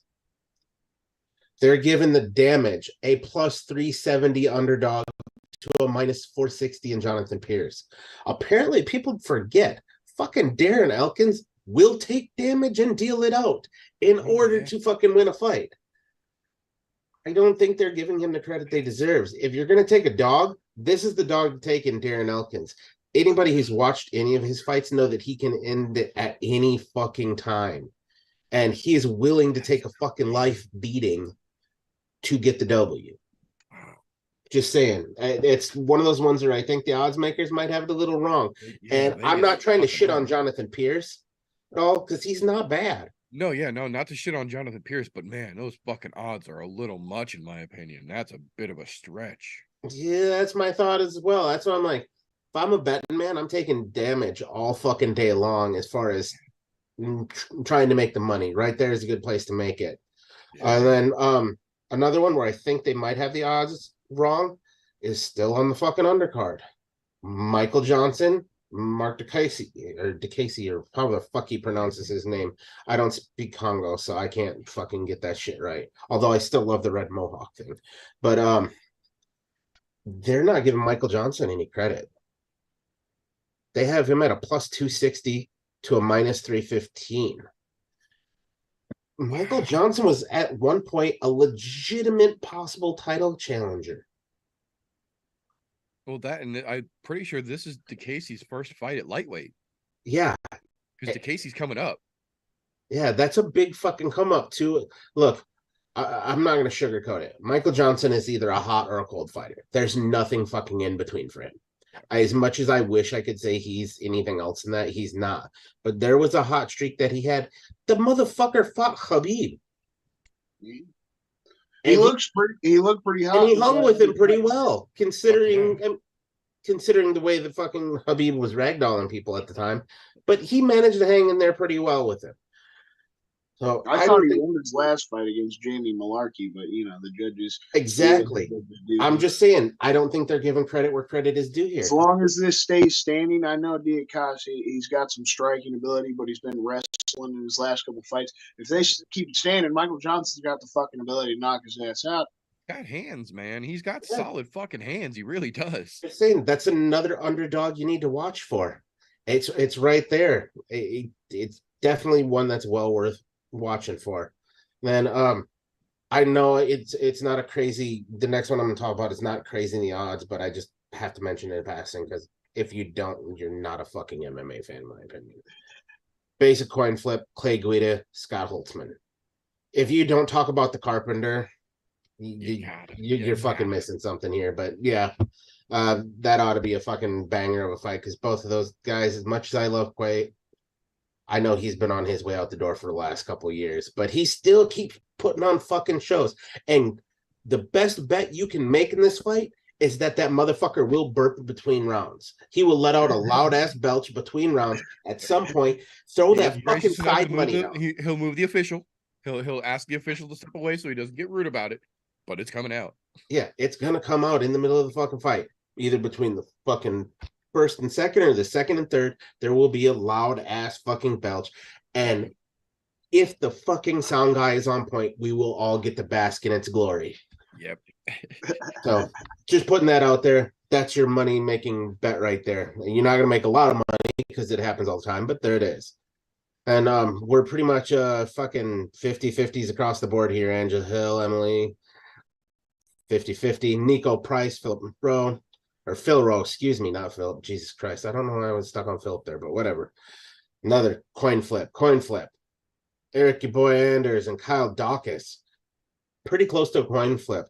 To be honest, I'm ready to see Anders get finished, and I'd like to see Dawkins get back on his fucking pony.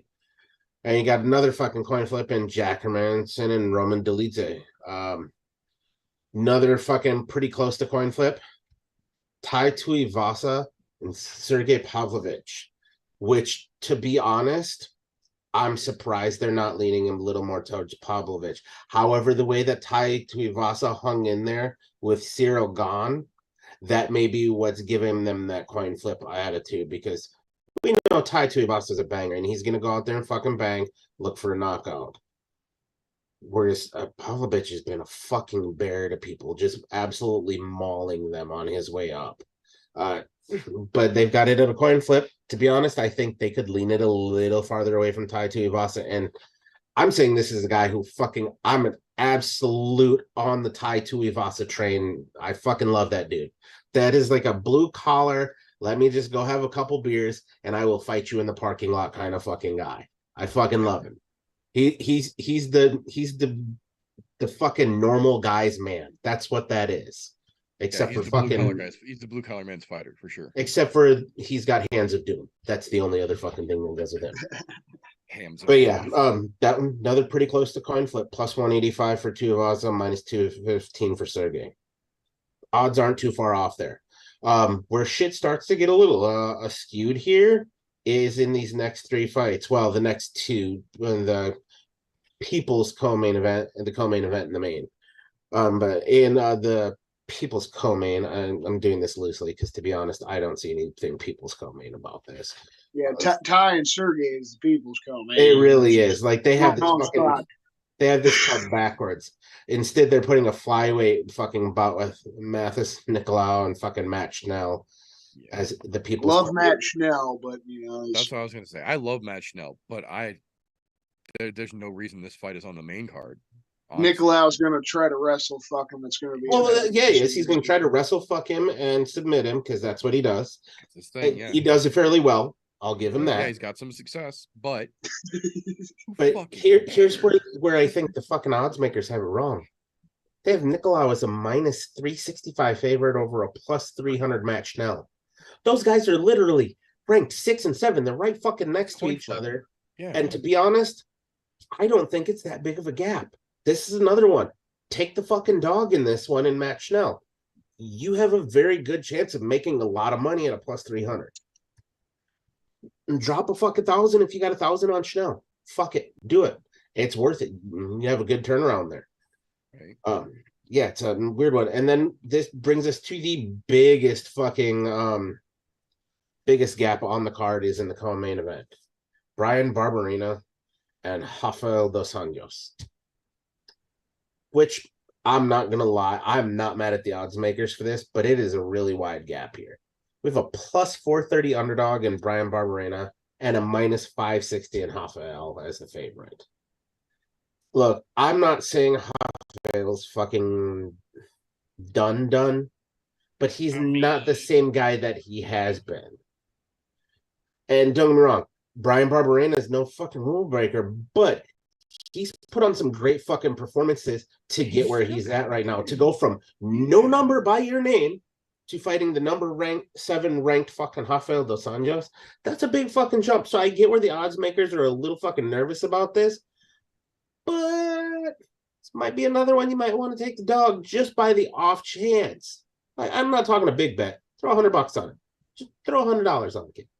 Yeah, that's a play money bet. Like, don't commit to it. But if you got some spares, yeah, if you got a spare fucking 100 laying around, throw it at him because he's throwing up some fucking wild shit that has worked and got him to where he is. He's basically worked himself into this, which I'm not mad at. And Rafael, this is a fight that if he does not win, he's in trouble. He's in a lot of fucking trouble. Because shit hasn't been going his way lately. I mean, he's coming off fucking loss to fucking what's his goddamn name? Rafael Fiziev. Yep. He decision fucking his last two prior to that, and Moicano, and then Felder in 2020. Those were his last 3 fights. At one point, we were talking about him possibly becoming the champ. Twice. Yeah, on more than one occasion. Yeah. So if he gets fucking taken out by Barberena, I think that's where we see the possible that possible sign of it's time for you to fucking go. I mean, Barberena fucking KO'd Robbie Lawler. Just gonna say, look what Barberena did to Robbie, dude. If he does that to RDA, that might be the long kiss goodnight, dude. That might be the end of it. Well, yeah, and Lawler wasn't looking bad in that fight. That's all I'm saying. No, he wasn't. But Barberena weathered the fucking storm and then turned it back on him, and nobody thought he was going to be able to. We've seen that work against RDA before. We've seen that exact tactic work against RDA before. So if Barberena can just do the same fucking thing he literally just did again. That's what I'm Then saying. what kind of crazy ass fight is Barberena going to get next if he knocks out Rafael dos Anjos? Right? Like, yeah, who He do gets they the give top him 5 next guy. after this? Yeah. He gets a top 5 guy. No fucking question. You know what I would like to see? If he knocks out fucking RDA, give him Fiziev. Yeah. Give him the other Hoffa. Yeah. Yeah, that would be another fucking. I'm just saying that would be a fucking. Well, from what I've been Smart hearing, one. though, they're looking at fucking Justin Gaethje with him, so that one probably, that would be fantastic. Oh, him and Gaethje would be fucking fantastic. Yeah. That'd be another That'd be fun. war. But Barberena's making a fucking name for himself, and RDA is not fucking careful. He could be added to that list of Barberena making a name for himself, and I'm not mad at it because Barberena has looked pretty fucking solid. I mean, he's beaten some top tier competition, albeit some aging competition. They're still top tier because a lot of those guys still have a lot of fight left in those dogs. So, and it's not like he's decisioning them; he's stopping. He's winning by Yeah. fucking finish. So, get it, Barberena. Could be interesting. Oh, that's the only thing I got to bring up since we were just touching on it, because the like options we just gave for Barberena next are in the lightweight division. We're talking like Rafael Fiziev or fucking Gaethje, but they're fighting at welterweight. this is true. Barberena's welterweight. So at the end of the day, now that I'm thinking, even though are they Dos fighting at Anjos has the welterweight this name and weekend? shit, what does Yeah, it they actually really do for Barberena since he's actually a welterweight? Because that I don't think that would get him in the rankings in the welterweight division. I didn't even realize that they were Even fighting with at that welterweight. name, like, yeah, it's a big win, it's a big name, it's a fun fight, but does that get Barberena ranked in the welterweight division? I don't think so. And he's not going to go down to fucking 155. That's why they're having this fight, because RDA didn't want to cut the weight. He's just trying to have fun and get an exciting fight in. So yeah, I just thought about that. We were talking about that, like the option. I'm like, wait a second, no. Barberena's not going to fight Fiziev or fucking Gaethje because he's not going to fucking make 155. Yeah, that's true. This is your mom saying we've got Connor versus Cowboy at welterweight at home. Yeah, pretty much. And look, and right now, Barberena's been around the fucking UFC since like 2017. He's been around for like 5-6 years. Wow, yeah. You gotta remember, like, I think his first fight in the UFC was against like Warley Alves or something. And then he ended up fighting goddamn, what's his fucking nuts? Mr. I get my tooth knocked out and sue people. God damn it. I can't remember his goddamn name right now. But doesn't matter but he's been fighting legitimately really good fucking fighters entire career, but he's finally started to chain them together now, which is for him 5 years in. Look, that's not a bad progression, especially not where he's at as far as his age is concerned, because he's a pretty fucking young guy. I mean, he's not fucking old. He's not okay. Let's put it this way. He's not fucking old, but he's relatively young. He's right in that median age where you see a lot of fighters peak. He's at 33 years old. Feeling like he could be my dad, but yeah, he's not really that old. He's only 33. Yeah, he's definitely he's probably somebody's daddy, but he ain't yours. Well, he's one of those guys that he's been around long enough that we feel like he's old because we've seen him for so long. But that's just a bummer. Now that I realize that, though, that they're fighting at welterweight and shit, what does it really do for him? Like, even if he goes out there and knocks him out, just because we're getting Kevin Holland too. So if Kevin fucking goes out there and sleeps Wonder Boy, like, they're not going to move both of them up in the ranks. Like, Barberena's not going to get up there because Holland's not even ranked yet, is he?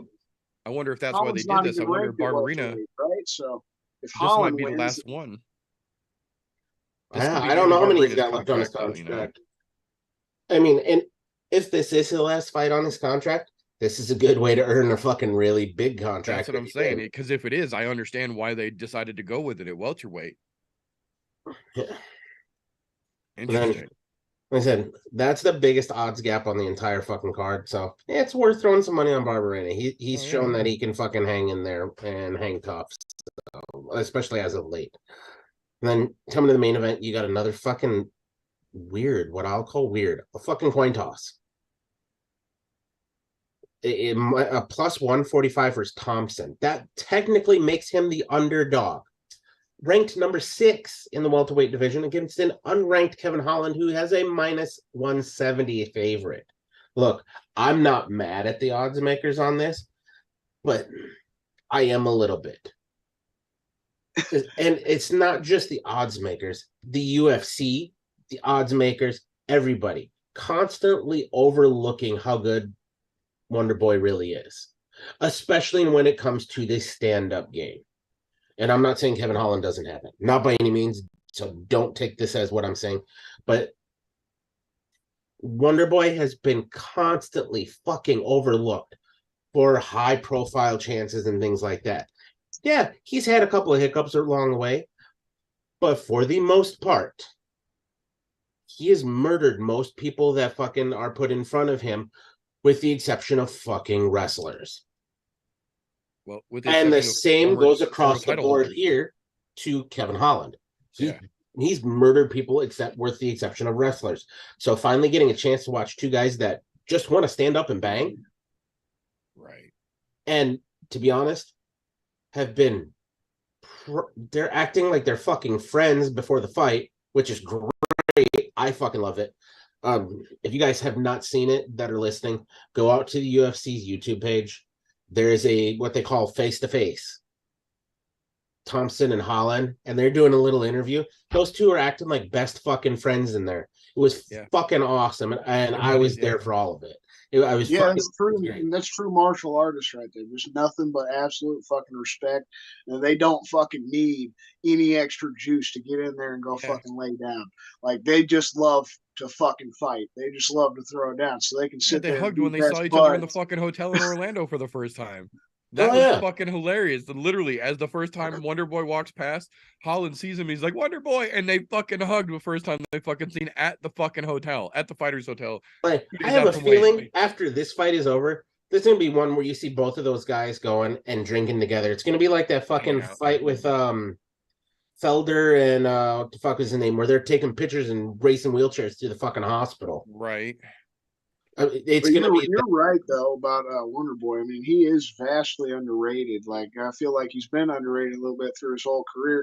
Fucking, he put on some amazing fights against Tyron Woodley. I mean, the second one didn't go as great, but the first one was fucking epic. And then just the other year, he fucked Jeff Neal the hell up. And we just saw Jeff Neal this year fuck Vicente Luque the fuck up. Like I'm not trying to tie a ton of shit together, but it's just like. Wonder Boy is a fantastic striker. He's always been on the top. I know he's getting on in years, but like I said, I'm not. I don't think he's slowed down at all. So the fact that there's not going to be a wrestler trying to just hold him down to the ground, as far as what they like, the UFC making a good headlining fight for this card, this is a good headline fight because those guys are both going to be action packed. We're not going to see anybody sitting around. And if somebody's sitting around, it's because Kevin Holland's going to be busy running his mouth because he likes to talk. Yeah. And he's going to talk real friendly to Steven, obviously, because they've obviously been friendly. And it's going to be hey, man, I fucking like you. Whack. That kind of shit. With how everything is gone leading up to this fight, I'm so fucking excited for it. I'm just sitting here praying to the MMA gods. It's been such a shit year. Just give us. You can take all 14 others from us. Just this one. Wonder Boy is okay.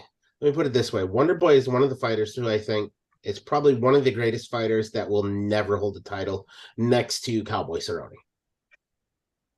Because much as I hate to say it, I don't think we're going to see Steven get there because every time that he gets really close, they're like, "Let's put a wrestler in front of him." They throw literally at him. That way we can nullify his chance of ever holding the title. Because I swear to God, they do that every fucking time. Sadly, we've got like what 5 of them. You said he's 6, right? So you think about all the guys up above. It's Gil, it's Bilal, it's fucking Kamaru, Colby. Like and all guess those what? guys are wrestlers. Leon's the champ. He's the only fucking striker. He decisioned Bilal. He lost to Bilal in decision, right? He lost the decision to fucking Gilbert. So the only time he's losing is fucking decisions to guys that are grappling based. Yep. Same with Holland across. So this has, to be honest, that's fight of the night in my opinion. That's something else I've taken. Like last year, him fighting Gilbert, him fighting Bilal. Those dudes not just have respect for Wonder Boy. They were scared. That's why they did know the what happens if he grappling gets fucking loose. tactic. They don't want to stand toe to toe with him, and that's why I love this fight because Kevin Holland will stand toe to toe with him. We're going to see if Kevin Holland's actually got the fucking nuts to go toe to toe with Wonder Boy in a striking. And I think he does. I just think the skill set's a little bit different because like I think he's got the toughness, but I think like you said, Wonder Boy's skill set is higher, and I kind of feel like Wonder Boy's going to surprise people. As much as I love Kevin, look, Kevin Holland gave it away too. If you watch that face to face, Kevin Holland gave it away. Stephen Thompson is traditionally karate trained, straight strikes, right? Kevin Holland, how did he learn striking? Kung Fu. Big looping punches. Straight strikes always beat looping punches. He gave it away. He told you how the fight's going to go. As much as I hate to say he may have wrote his own fate in that interview, if that happens on fucking Saturday, it's because he wrote his own fate into it. He said right in the interview.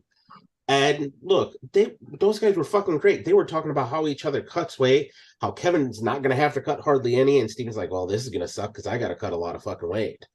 So, I mean, like, the pure gold out of this fight is just fucking amazing. And I'm not happy with the odds maker, so overall, I think they should have... You could leave it close to a coin flip, but I still think you should have probably leaned it a little more towards Wonder Boy. I would have assumed it would have been leaned towards Wonder Boy tip wise, but yeah, it'd be like a one for me if I was doing the odds making. It'd be like a minus 150 Wonder Boy. And what sucks nothing is else, maybe like plus 110. Plus, if I was to bet on this fight and win, I'd still be mad because I like both of these fucking guys. So it's hard for me to root against either one of them. Yeah, what I'm hoping for is we just get the knockdown, drag out, brawl, 5 rounds. Actually, I would not be mad if we got our first double knockout. They go and drink afterwards. They're just both fucked up, bleeding. They had a great war. They just go drink and have a good time. I don't want to see either one of them get knocked out.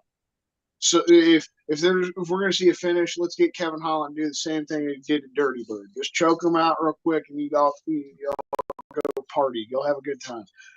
I love both of them so much. I don't want to see that. We've seen a lot of that this year too. Just like us losing good main events, we've seen a lot of our favorite fighters just get slept.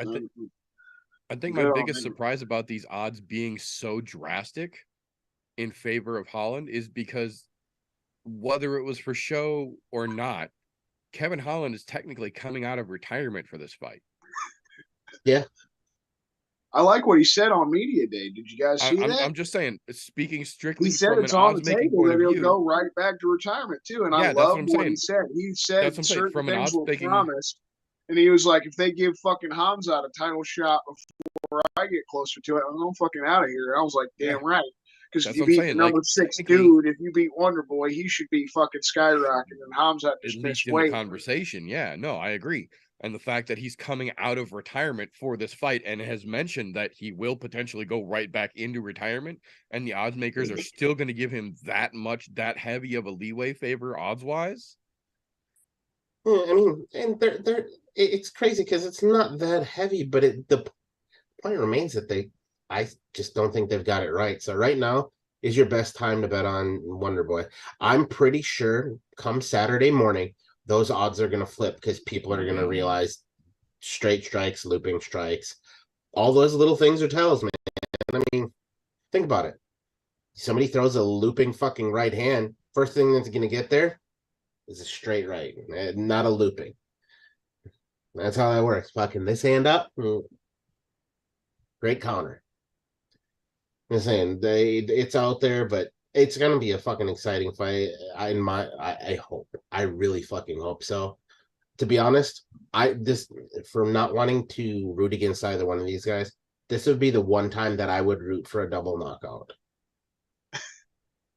I could see that. Like And we almost had with one the a couple weirdness of weeks their- ago. I was I'm gonna say, with the still weirdness waiting of for their that shit. styles.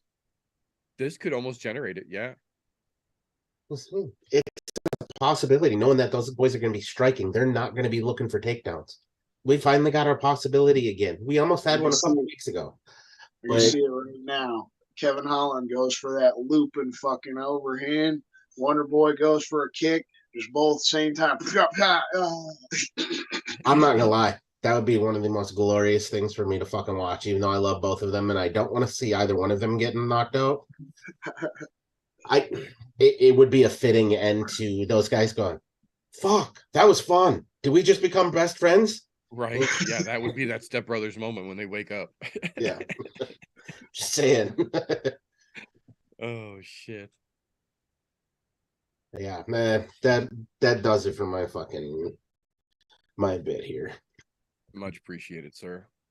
So, with that being said, normally this would be the moment where that terrifying gift rolls across the screen and we get ready to get all fucking hostile. But seeing as how, as of now, we are officially in December and it is the season of giving and the season of being thankful, this week I want to take a little bit of time here and be thankful for the stockpile of punchy kicky goodness we have coming forward this weekend. So just before we get into this UFC talk real quick, let me give you guys a quick little rundown. So first and foremost, we have Tyson Fury versus Derek Chisora going down this weekend and all of the fuckery that the boxing world will bring into that Saturday. Then we have one on Prime, number 5. Derek Ritter in a heavyweight matchup that doesn't make any fucking sense, but it's an actual mixed Muay Thai, some MMA, back and forth, different. I think there's even a submission grappling match on there. There's 2 of them, and the best part of it is they're fucking brothers. The 2 fucking the Rotolo brothers? Yeah. Are on there. One is a current champ, and the other one is working his way there in a different weight class.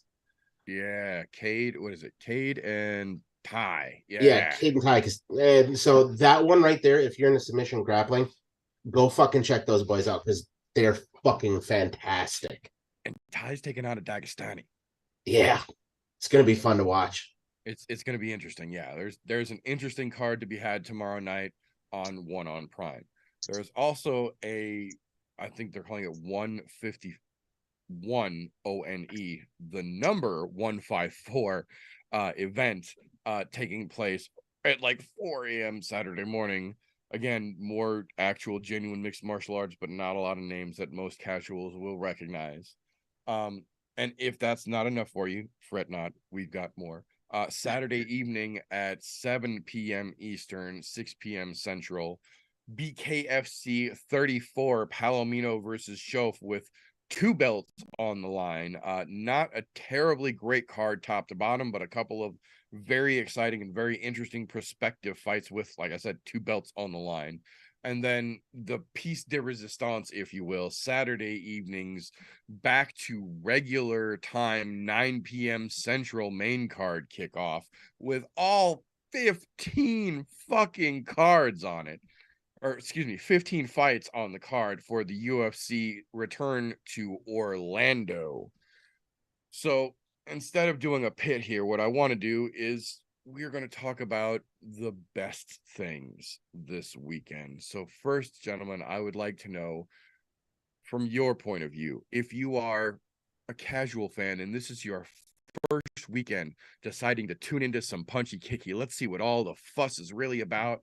What is the best matchup you would recommend someone to tune into out of all the crazy shit we have got before us? So are you saying matchup or are you saying card? Just matchup, because we've got what, 7 fucking cards going down. Okay. Okay, that's a little bit different because that one caused me to think a little bit. Because look, if you're okay, you know what? I'll run it this way. I will say tune in to fucking Wonder Boy and Kevin Holland, because you know there will be action during that fight. Those 2 are going to stand up, and if you're a first timer or just getting into it, that's the kind of shit you want to see to get somebody enthralled and enthusiastic about MMA before you start getting them into the grappling shit. Now, if you were saying a card as a whole, I'm going to tell them to go watch the ONE FC on Friday night card. The Prime. On Prime, yes. Yeah. Because this way they get a little dose of everything. A couple of submission grappling, some fucking Muay Thai, MMA, all on the same fucking card. Talk about getting somebody into the kicky punchy game and wanting them to stay. That's a great way. Second they see that fucking wild ass Muay Thai in one, man, Right. that shit'll get anybody's fucking drill sergeant to stand at attention. Right. I'm just saying. That and Chatri loves to throw them extra 50K checks around. Unlike Dana, I think he just likes to hear his name. Fuckers, man. I think he just likes to hear his name after. Yeah, if they call him in the post fight, he's like 50 grand for you. He's like the fucking Oprah Winfrey of fucking MMA. And you get 50 grand. You get 50. You get 50. Fuck yeah. Fuck yeah. All right, so for me, I mean, obviously, the main event's going to be fucking fantastic, but if you've never watched any UFC or combat sports before, I mean, there's a lot of good shit going down. I'm even interested in the Tyson Fury Chisora fight if you like boxing. But man, come on, Tai Tuivasa versus Sergey Pavlovich.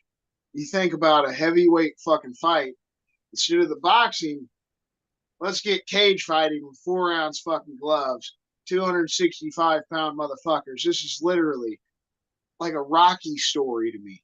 You got the Ivan fucking Drago of MMA going against the dude from the land down under. Like, God, what a way to pop your cherry for MMA. To see Tai Tuivasa knock out the Ivan Drago of MMA and then fucking doing shoeies with the entire crowd of Orlando, Florida. What a fucking beautiful sight to see. I mean, if it's your first time watching MMA, I honestly think that sight will be a little more fucking fantastic than Kevin Holland, Stephen Thompson. Like, I'm excited for that fight. I think it's an absolute banger, but Tai Tuivasa fucking winning this one, man. He was on a hell of a fucking streak there before that fight against Cyril, and he showed he's a tough ass motherfucker. He even hurt Cyril Gane, and he even admitted it. That's the hardest fucking hit I've ever taken. Like, hell yeah. We've seen Pavlovich already gotten put out by Alistair Overeem. Right. There's still some questions there in my eyes for Pavlovich. We'll see how that goes, man. It's going to be exciting.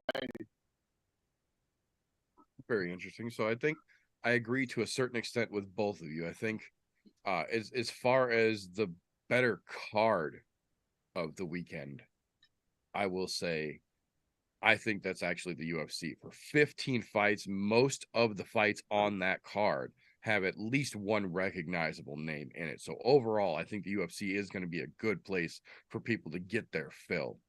But for the one fight, I would actually probably say it's Yasmin Uregui versus Estela Nunez, because those are both two girls who are the same experience level. They are just making their way into the UFC, but both of them have shown so much fucking potential in getting here and earning their way to this point. Now they're getting a chance to open a card and kick things off. And I can't remember the last time an opening fight on a fight night card sucked.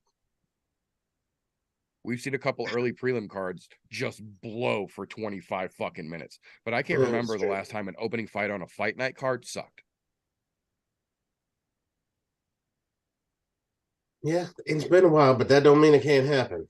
Absolutely. But I think with these two ladies, I think this is a damn good fucking matchup, and they're both genuinely well-rounded mixed martial artists as well. So I think that, with the fact that they're so young but still have so much to offer here, I think it's a great way to look at the future of the sport, so to speak.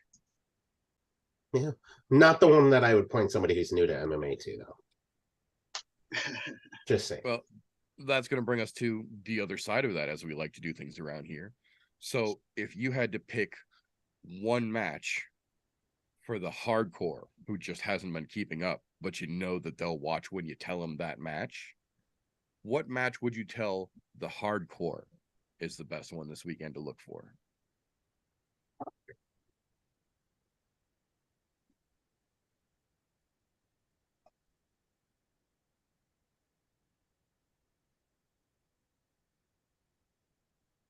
That's a fucking tough one for me.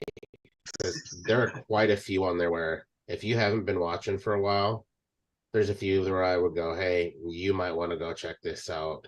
Right. But I would almost go completely against MMA completely on this. If you're a hardcore fan, I'm telling you, tune into one. Don't watch Cade Rotolo because he is going to beat the Brazilian and continue to keep his belt. That I fucking know. But go watch Ty Rotolo take on that fucking Russian. That is going to be a fantastic grappling match. Those two Rotolo brothers are fucking amazing as a whole. But watching Ty come up now with his fucking brother, and what's better is they're doing it at a catch weight. So it's not in a weight class. He's catch weighting this fucking Russian guy. But I don't think this Russian knows what he's getting in for. Submission grappling, yes, that doesn't just mean Brazilian jiu-jitsu. So that includes like sambo takedowns and shit like that. But those Rotolo brothers are on another fucking level. So I'm just saying, if you're a hardcore fan and you want to watch a really great grappling, that's going to be a great one to watch. We already know his brother's going to keep the title, but watching Ty Rotolo take on Murat at fucking catch weight, and it's submission grappling. It's not fucking jiu-jitsu. It's submission grappling. So that includes judo, fucking sambo, all that other shit that includes some sort of grappling aspect to it where there's submissions involved. That's worth your fucking time. And it's going to be fairly early, so you'll be able to switch right back over and catch all the main shenanigans that are going on Friday night. Fuck yeah. What do you think, Christian? Well, for me, like a diehard fan, it's watched for a really long time. I feel like the best fight on the weekend. I mean, there's a lot of good stuff, you know, even the Chisora and Tyson Fury fight. If you're a diehard combat sports fan, you're probably going to enjoy that boxing match. But fucking Brian Barberena versus Rafael Dos Anjos just feels like such a good potential fucking dog fight in a matchup. Dudes that seem to be in the UFC for decades. I know, you know, at least a decade for Rafael Dos Anjos, but yeah, so fucking much experience in the UFC between these two guys. So much time, so tenured. Like we were talking earlier, it feels like Barberena is older than he really is just because of how long he's been in the fucking UFC. So a diehard fan, I think this is it. Man. Like, what does RDA still have left? He whooped Moicano's ass earlier this year, and then he went toe to toe with Rafael Fiziev, even if he lost that fight and got finished. But what has he got left after that? Brian Barberena, does he have the ability somehow late in his career kickstart a fucking run at something, right? And maybe fucking put himself in contention. Fuck yeah. Because you would think, like we were talking about earlier, I don't necessarily think it would jump him into the rankings, but it should pretty much get him damn close. Next fight should be against a ring fighter if he knocks out Rafael Dos Anjos. Yeah. Even if Dos Anjos isn't a welterweight, that should then, in my opinion, give Barberena a ranked welterweight in his next fight. I mean, that. So there's a lot of excitement to be had here. Just the fucking tenure of these guys, knowing how badass the both of them are, how tough of them the both of them are. Oh yeah, I can agree with both of those.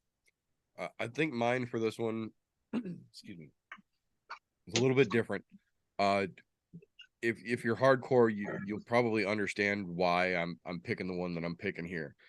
But my choice for the hardcore recommendation is going to be on Saturday night's BKFC 34 card, and it's actually the main event. It's Luis Palomino versus Tom Schoaf, and it's for two very, very important reasons to me, and I think the hardcores will at least appreciate, if not understand and relate to my two reasons here.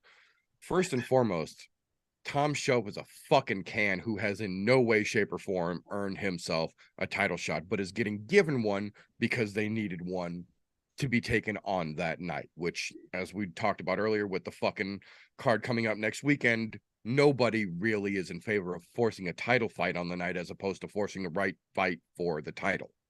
That makes a difference. But the second reason, and more importantly for me, is because Tom Shoaf is one of those assholes who's convinced that that fucking 1930s stupid fucking handlebar mustache is the key to his fighting prowess, and I cannot fucking express in words how much joy it gives my black little heart to see people with that stupid fucking thing on their lip get flatlined and wake up wondering what happened. So even if they don't agree with me, I think the hardcores will understand why I chose that. No, that's definitely one to watch. And, like I said, you're not going to miss it by tuning in Friday night to fucking 1. Yeah. Yep, exactly. So, that being said, we will turn that over here. With so fucking many cards going off this weekend, what would you gentlemen think will be the best co-main event of all the cards that we've got to look forward to this weekend? Oh, that's fucking easy. In my opinion, Carmotion Velasquez too. On Bellator. This weekend?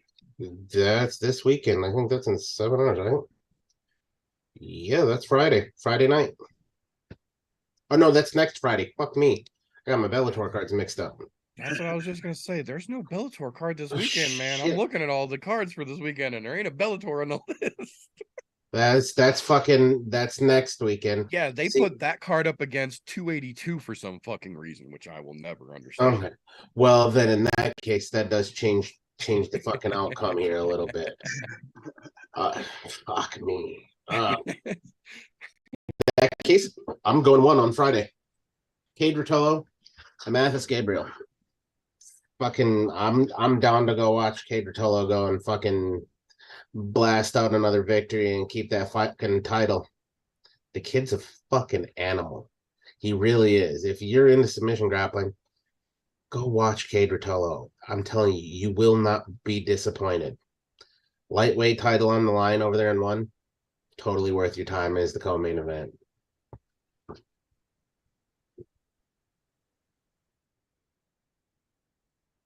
What do you say, Christian?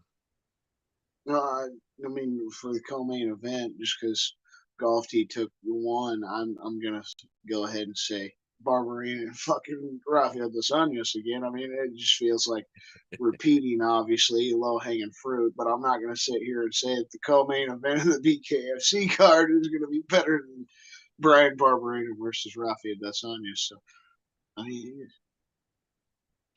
I can definitely, obviously agree with that one for sure. Yeah, who the fuck I is do Richie agree anyways? with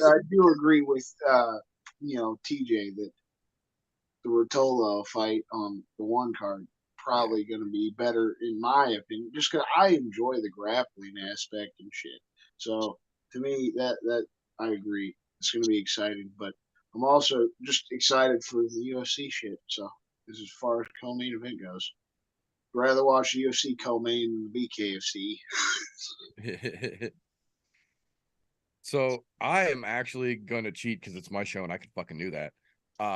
For my choice, I'm actually going to pick the People's co-main event because technically it is still a co-main event. It's just the People's co-main event for the One Championship 164 card taking place at 5 o'clock in the fucking morning Saturday in Brandon Vera versus Amir Ali Akbari. This is 2 of, in my opinion, the most genuine, dangerous heavyweight mixed martial artists outside of the UFC. And at one point, this was called to be the potential super heavyweight fight, or excuse me, super, I say in air quotes, heavyweight fight of one championship. And through life's various twists, turns, and fuckery afoul coming into play, they have neither one of them found themselves in title contention, but at this point finally got the point where those 2 get to take off against each other and there is genuine bad blood between these 2. these are two big dudes who both have the ability to go the whole fucking 3 rounds at full fucking force, and at any point in those 3 rounds knock the other guy the fuck out from anywhere the fight may be. I am very excited to see how that fight, of almost anything else on that card, that fight, I am excited to see how it plays out. I'm not going to stay up till 4 o'clock in the fucking morning to watch it, but I'm definitely going to look for that replay when I wake up. So now, with that being said, obviously we're going to have to turn that coin over and go to the other side of that here. So with all of these cards going on this weekend, my question then becomes, gentlemen, what is the best main event headlining out the weekend of all these 9 fucking cards or whatever the hell we got going on? I don't think there's a such thing as low hanging fruit here. It's Wonderboy Thompson and Kevin Holland, bar none. Period, across the board. I don't care if you call it low hanging fruit or not. That's it. Probably the best fight of all of the cards, to be quite honest. I think that's pretty fair, yeah. What do you think, Christian? I fully 100% agree. I mean, if my buddy Tyson Hicks fight wouldn't have gotten fucked this week, I would have been able to just pull some Homer shit out like that and be like, oh, he's got main event, best main event of the week, you know, pull some corny shit like Jed Mashu or something like that. But no, I mean, TJ's right. That's the best fucking fight of the weekend in my eyes. Wonder Boy versus fucking Kevin Holland is going to be fantastic. It's an awesome main event. As far as pageantry goes, like spectacle, Tyson Fury's fucking main event fight against Chisora, that'll probably be fun to watch. You know, they'll probably knock him the fuck out. As an overall fight, Wonder Boy and the Big Mouth is going to be fantastic. Mainly just because I feel like we're going to get a show. Like, it's going to be constant back and forth striking between the two of them. We're going to get to see Kevin Holland actually talking some shit. Oh, man. Just like I said, just praying to the MMA gods. You can take all 14, right? Except for that one. Any of the other fights, leave that one the fuck alone. No, I completely agree on all counts here. I am almost morbidly curious just to see how fast Tyson Fury is going to knock Derek Chisora the fuck out. There's a weird dark part of my heart that really wants just to see Fury come out and go fuck you, and then try and outdo what Deontay Wilder just did to fucking homeboy, and just like try and speed knock him the fuck out and just get it done and be like, fuck you, Deontay, you're still my bitch. But again, that's more for like the pageantry and the fun show side of it. I do agree though, the fucking main event that everyone needs to be fucking watching, regardless of what else you tune into this weekend, is Stephen Wonderboy Thompson versus Kevin Big Mouth Holland. Aside from being just a great fucking fight stylistically, there's a genuine chance we might get to see a 25-minute conversation with the fight taking place. It might be a fight with its own director's commentary, for fuck's sake. Like, it's going to be a good fight as well. But then there's that factor to just make it that much more fun. So you can't be mad at that. That's the thing that just fucking gets me all hyped up and just tickling the pickle. And just imagining the both of them just crack each other with a shot. And Wonder Boy's just like, oh, that was a fucking good one, man. And then he pops Kevin Holland. He's like, oh, shit, that hurt. And just, the whole time. It's just that. They're just punching each other, just bap. Oh, dude, that was a fucking good one. Oh, shit, you almost had me there. Yep. Yeah, I think that's going to make that fight just fucking spectacular. And stylistically, they could potentially do that for 25 minutes and be awesome, or do that for 1 minute and 7 seconds and then somebody goes to fucking sleep. It will be entertaining and awesome either way, I think. So I think that's definitely the way to go. So with that being said, obviously we're not going to have a 5th round because we don't have a pit going on. So what I am going to take this moment to do, though, is something that I'm not going to promote in the name. I'm not even going to promote it in the description. This is something that I'm going to do just for the fans. And I've talked it over with the gentlemen here, and they are 100% in agreement with me here.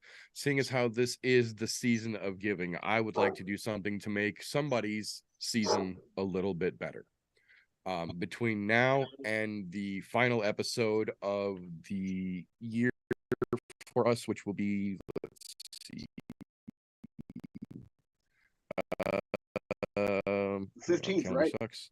The 15th. The 15th will be our final card here for the UFC on the 17th. So from now, December 1st until December 15th at 12:01 a.m., we will say. At any point in time between now and then, come back to this video, and I will repeat it again at the end of the next video. And you can come back to next week's video after it is aired. And it is back as an actual video, not just a live stream. And comment. I don't care who you are. I don't care where you're from in this world. I don't care what you celebrate. This time of year can be rough for everyone. So if I can do something to make it just a little bit easier for anybody, no matter where you are, that's what I want to do. So what I want in exchange, I want you to come back to either this video or next week's video and just comment, Happy Holidays. That's it. One entry per person. I don't care if you follow me or not. I would appreciate it if you did, obviously. But I don't care where you are in the world. I don't care how old you are, because the prize is just going to be a gift card. And the winner will be able to choose that gift card. You want $20 for Starbucks? Cool. You want some Best Buy bucks? You got it. You win and you want some Fortnite dollars. That's what we'll get you. But it will be something to where no matter where you are, we can get it to you. Make the holiday season just a little bit better. But again, this isn't something we're advertising. This is just for you fans. So again, at any point between December 1st and December 15th, 2022, come back to this video or next week's I'm No Joe video and just comment, Happy Holidays. The 15th, before that show goes live, we will get together as a group. We will enter all the names in. We will random generator. We will pick a winner, and then we will message that winner, and we will announce the winner during that show so that you can verify it's not one of those message me on fucking WhatsApp or whatever bullshits. You will never get one of those from me. That is never me. I don't fucking use WhatsApp. That is clearly about if you ever get one of those, tell it to fuck right off. I won't even block your comments. They can go fuck themselves. This is for the fans of the show. We appreciate you. So you've got 2 weeks. Good luck to everyone. That being said, once our show is over, if you'd like, we'd like if you'd like it. Like and subscribe. Make sure your notifications are turned on, whether you're here Thursday nights on I'm No Joe for the YouTube version, youtube.com/ImNoJoe, or you're catching this the week later in all audio format, anchor.fm/ImNoJoe, to your podcast consumption platform of choice. Whichever the case may be, please make sure you are turned your notifications on and you are subscribed wherever that platform is. If you would like to really help what we do around here, best way to do that, patreon.com/ImNoJoe. For as little as $1 a month, you can get your name on the end of every broadcast on this channel. Also get access to behind the scenes, unaired, and literally unairable things that we've got in the archives. Things that even OnlyFans wouldn't let us keep live. So the buck's worth it. I promise you. That being said, once the show is done, we're not done. You still got to wait tomorrow morning and pretty much every Friday morning over on Spreaker.com to tune into our buddy Christian here's Slow Bake and Contemplate podcast with the brother Vinny. You can also catch him over on Instagram.com/SlowBake420 as well. So don't miss out on all the goodness. Oh, you want to go first? Oh my God, yeah. And in case you forgot, we don't just do kicky punchies around here. That specifically goes for the meter himself. You look right down in the description below. You can go down to Linktree/The Meter Does Many Things and find links to all of the glorious things that the meter does. So that's not just here on Thursdays. He comes and hangs out with me on Wednesdays. He has other shit going on as well. Go find him on Instagram. There's all of the links right there. Linktree for a reason.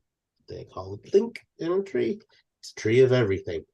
Go click on it. And while you're at it, if you're feeling good, go click on patreon.com/ImNoJoe. Support us. Well, help us out a little bit. We'll help you.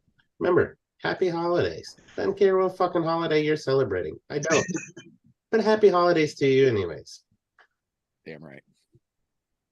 All right, and then I'll finish up. Make sure you always fucking go over every Wednesday night, fucking Fogged Up Fairway on YouTube. The brother TJ hosts a fantastic vape fucking what do you call it? Stream podcast? You want to call it a podcast? I don't know if you put the audio up on other platforms. I don't put audio up. It's strictly on YouTube. Just a live stream. But yeah, every Wednesday around 9 o'clock, standard time. Fuck. Make sure you check out the Fogged Up Fairway every Wednesday. And like the brothers have said, happy holidays. Make sure you that's all you got to do. Comment happy holidays. Get yourself a chance to fucking get something nice. Hell yeah. So with that being said, we're going to call that all for this particular evening. So if you do like what we get up to around here, please make sure you give us that thumbs up. On the other side of that coin, though, if you don't like what we get up to around here, first and foremost, what the fuck are you still doing this deep into a podcast you didn't enjoy? That being said, give us a thumbs down and then go fuck yourself. We won't even dispute it. That being said, we're calling that all for this particular episode. So until next time, boys and girls, remember, don't let ignorance stop you. You can root for anything. Unless you think that because your taxes are under investigation, you can't release them.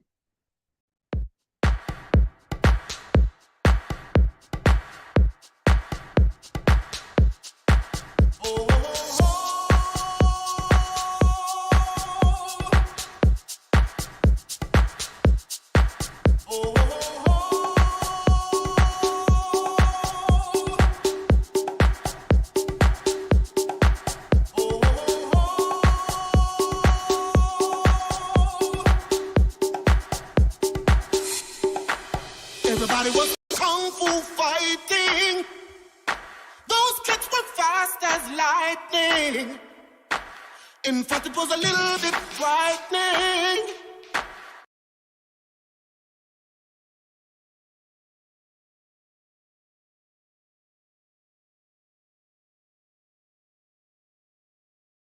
How do I say goodbye?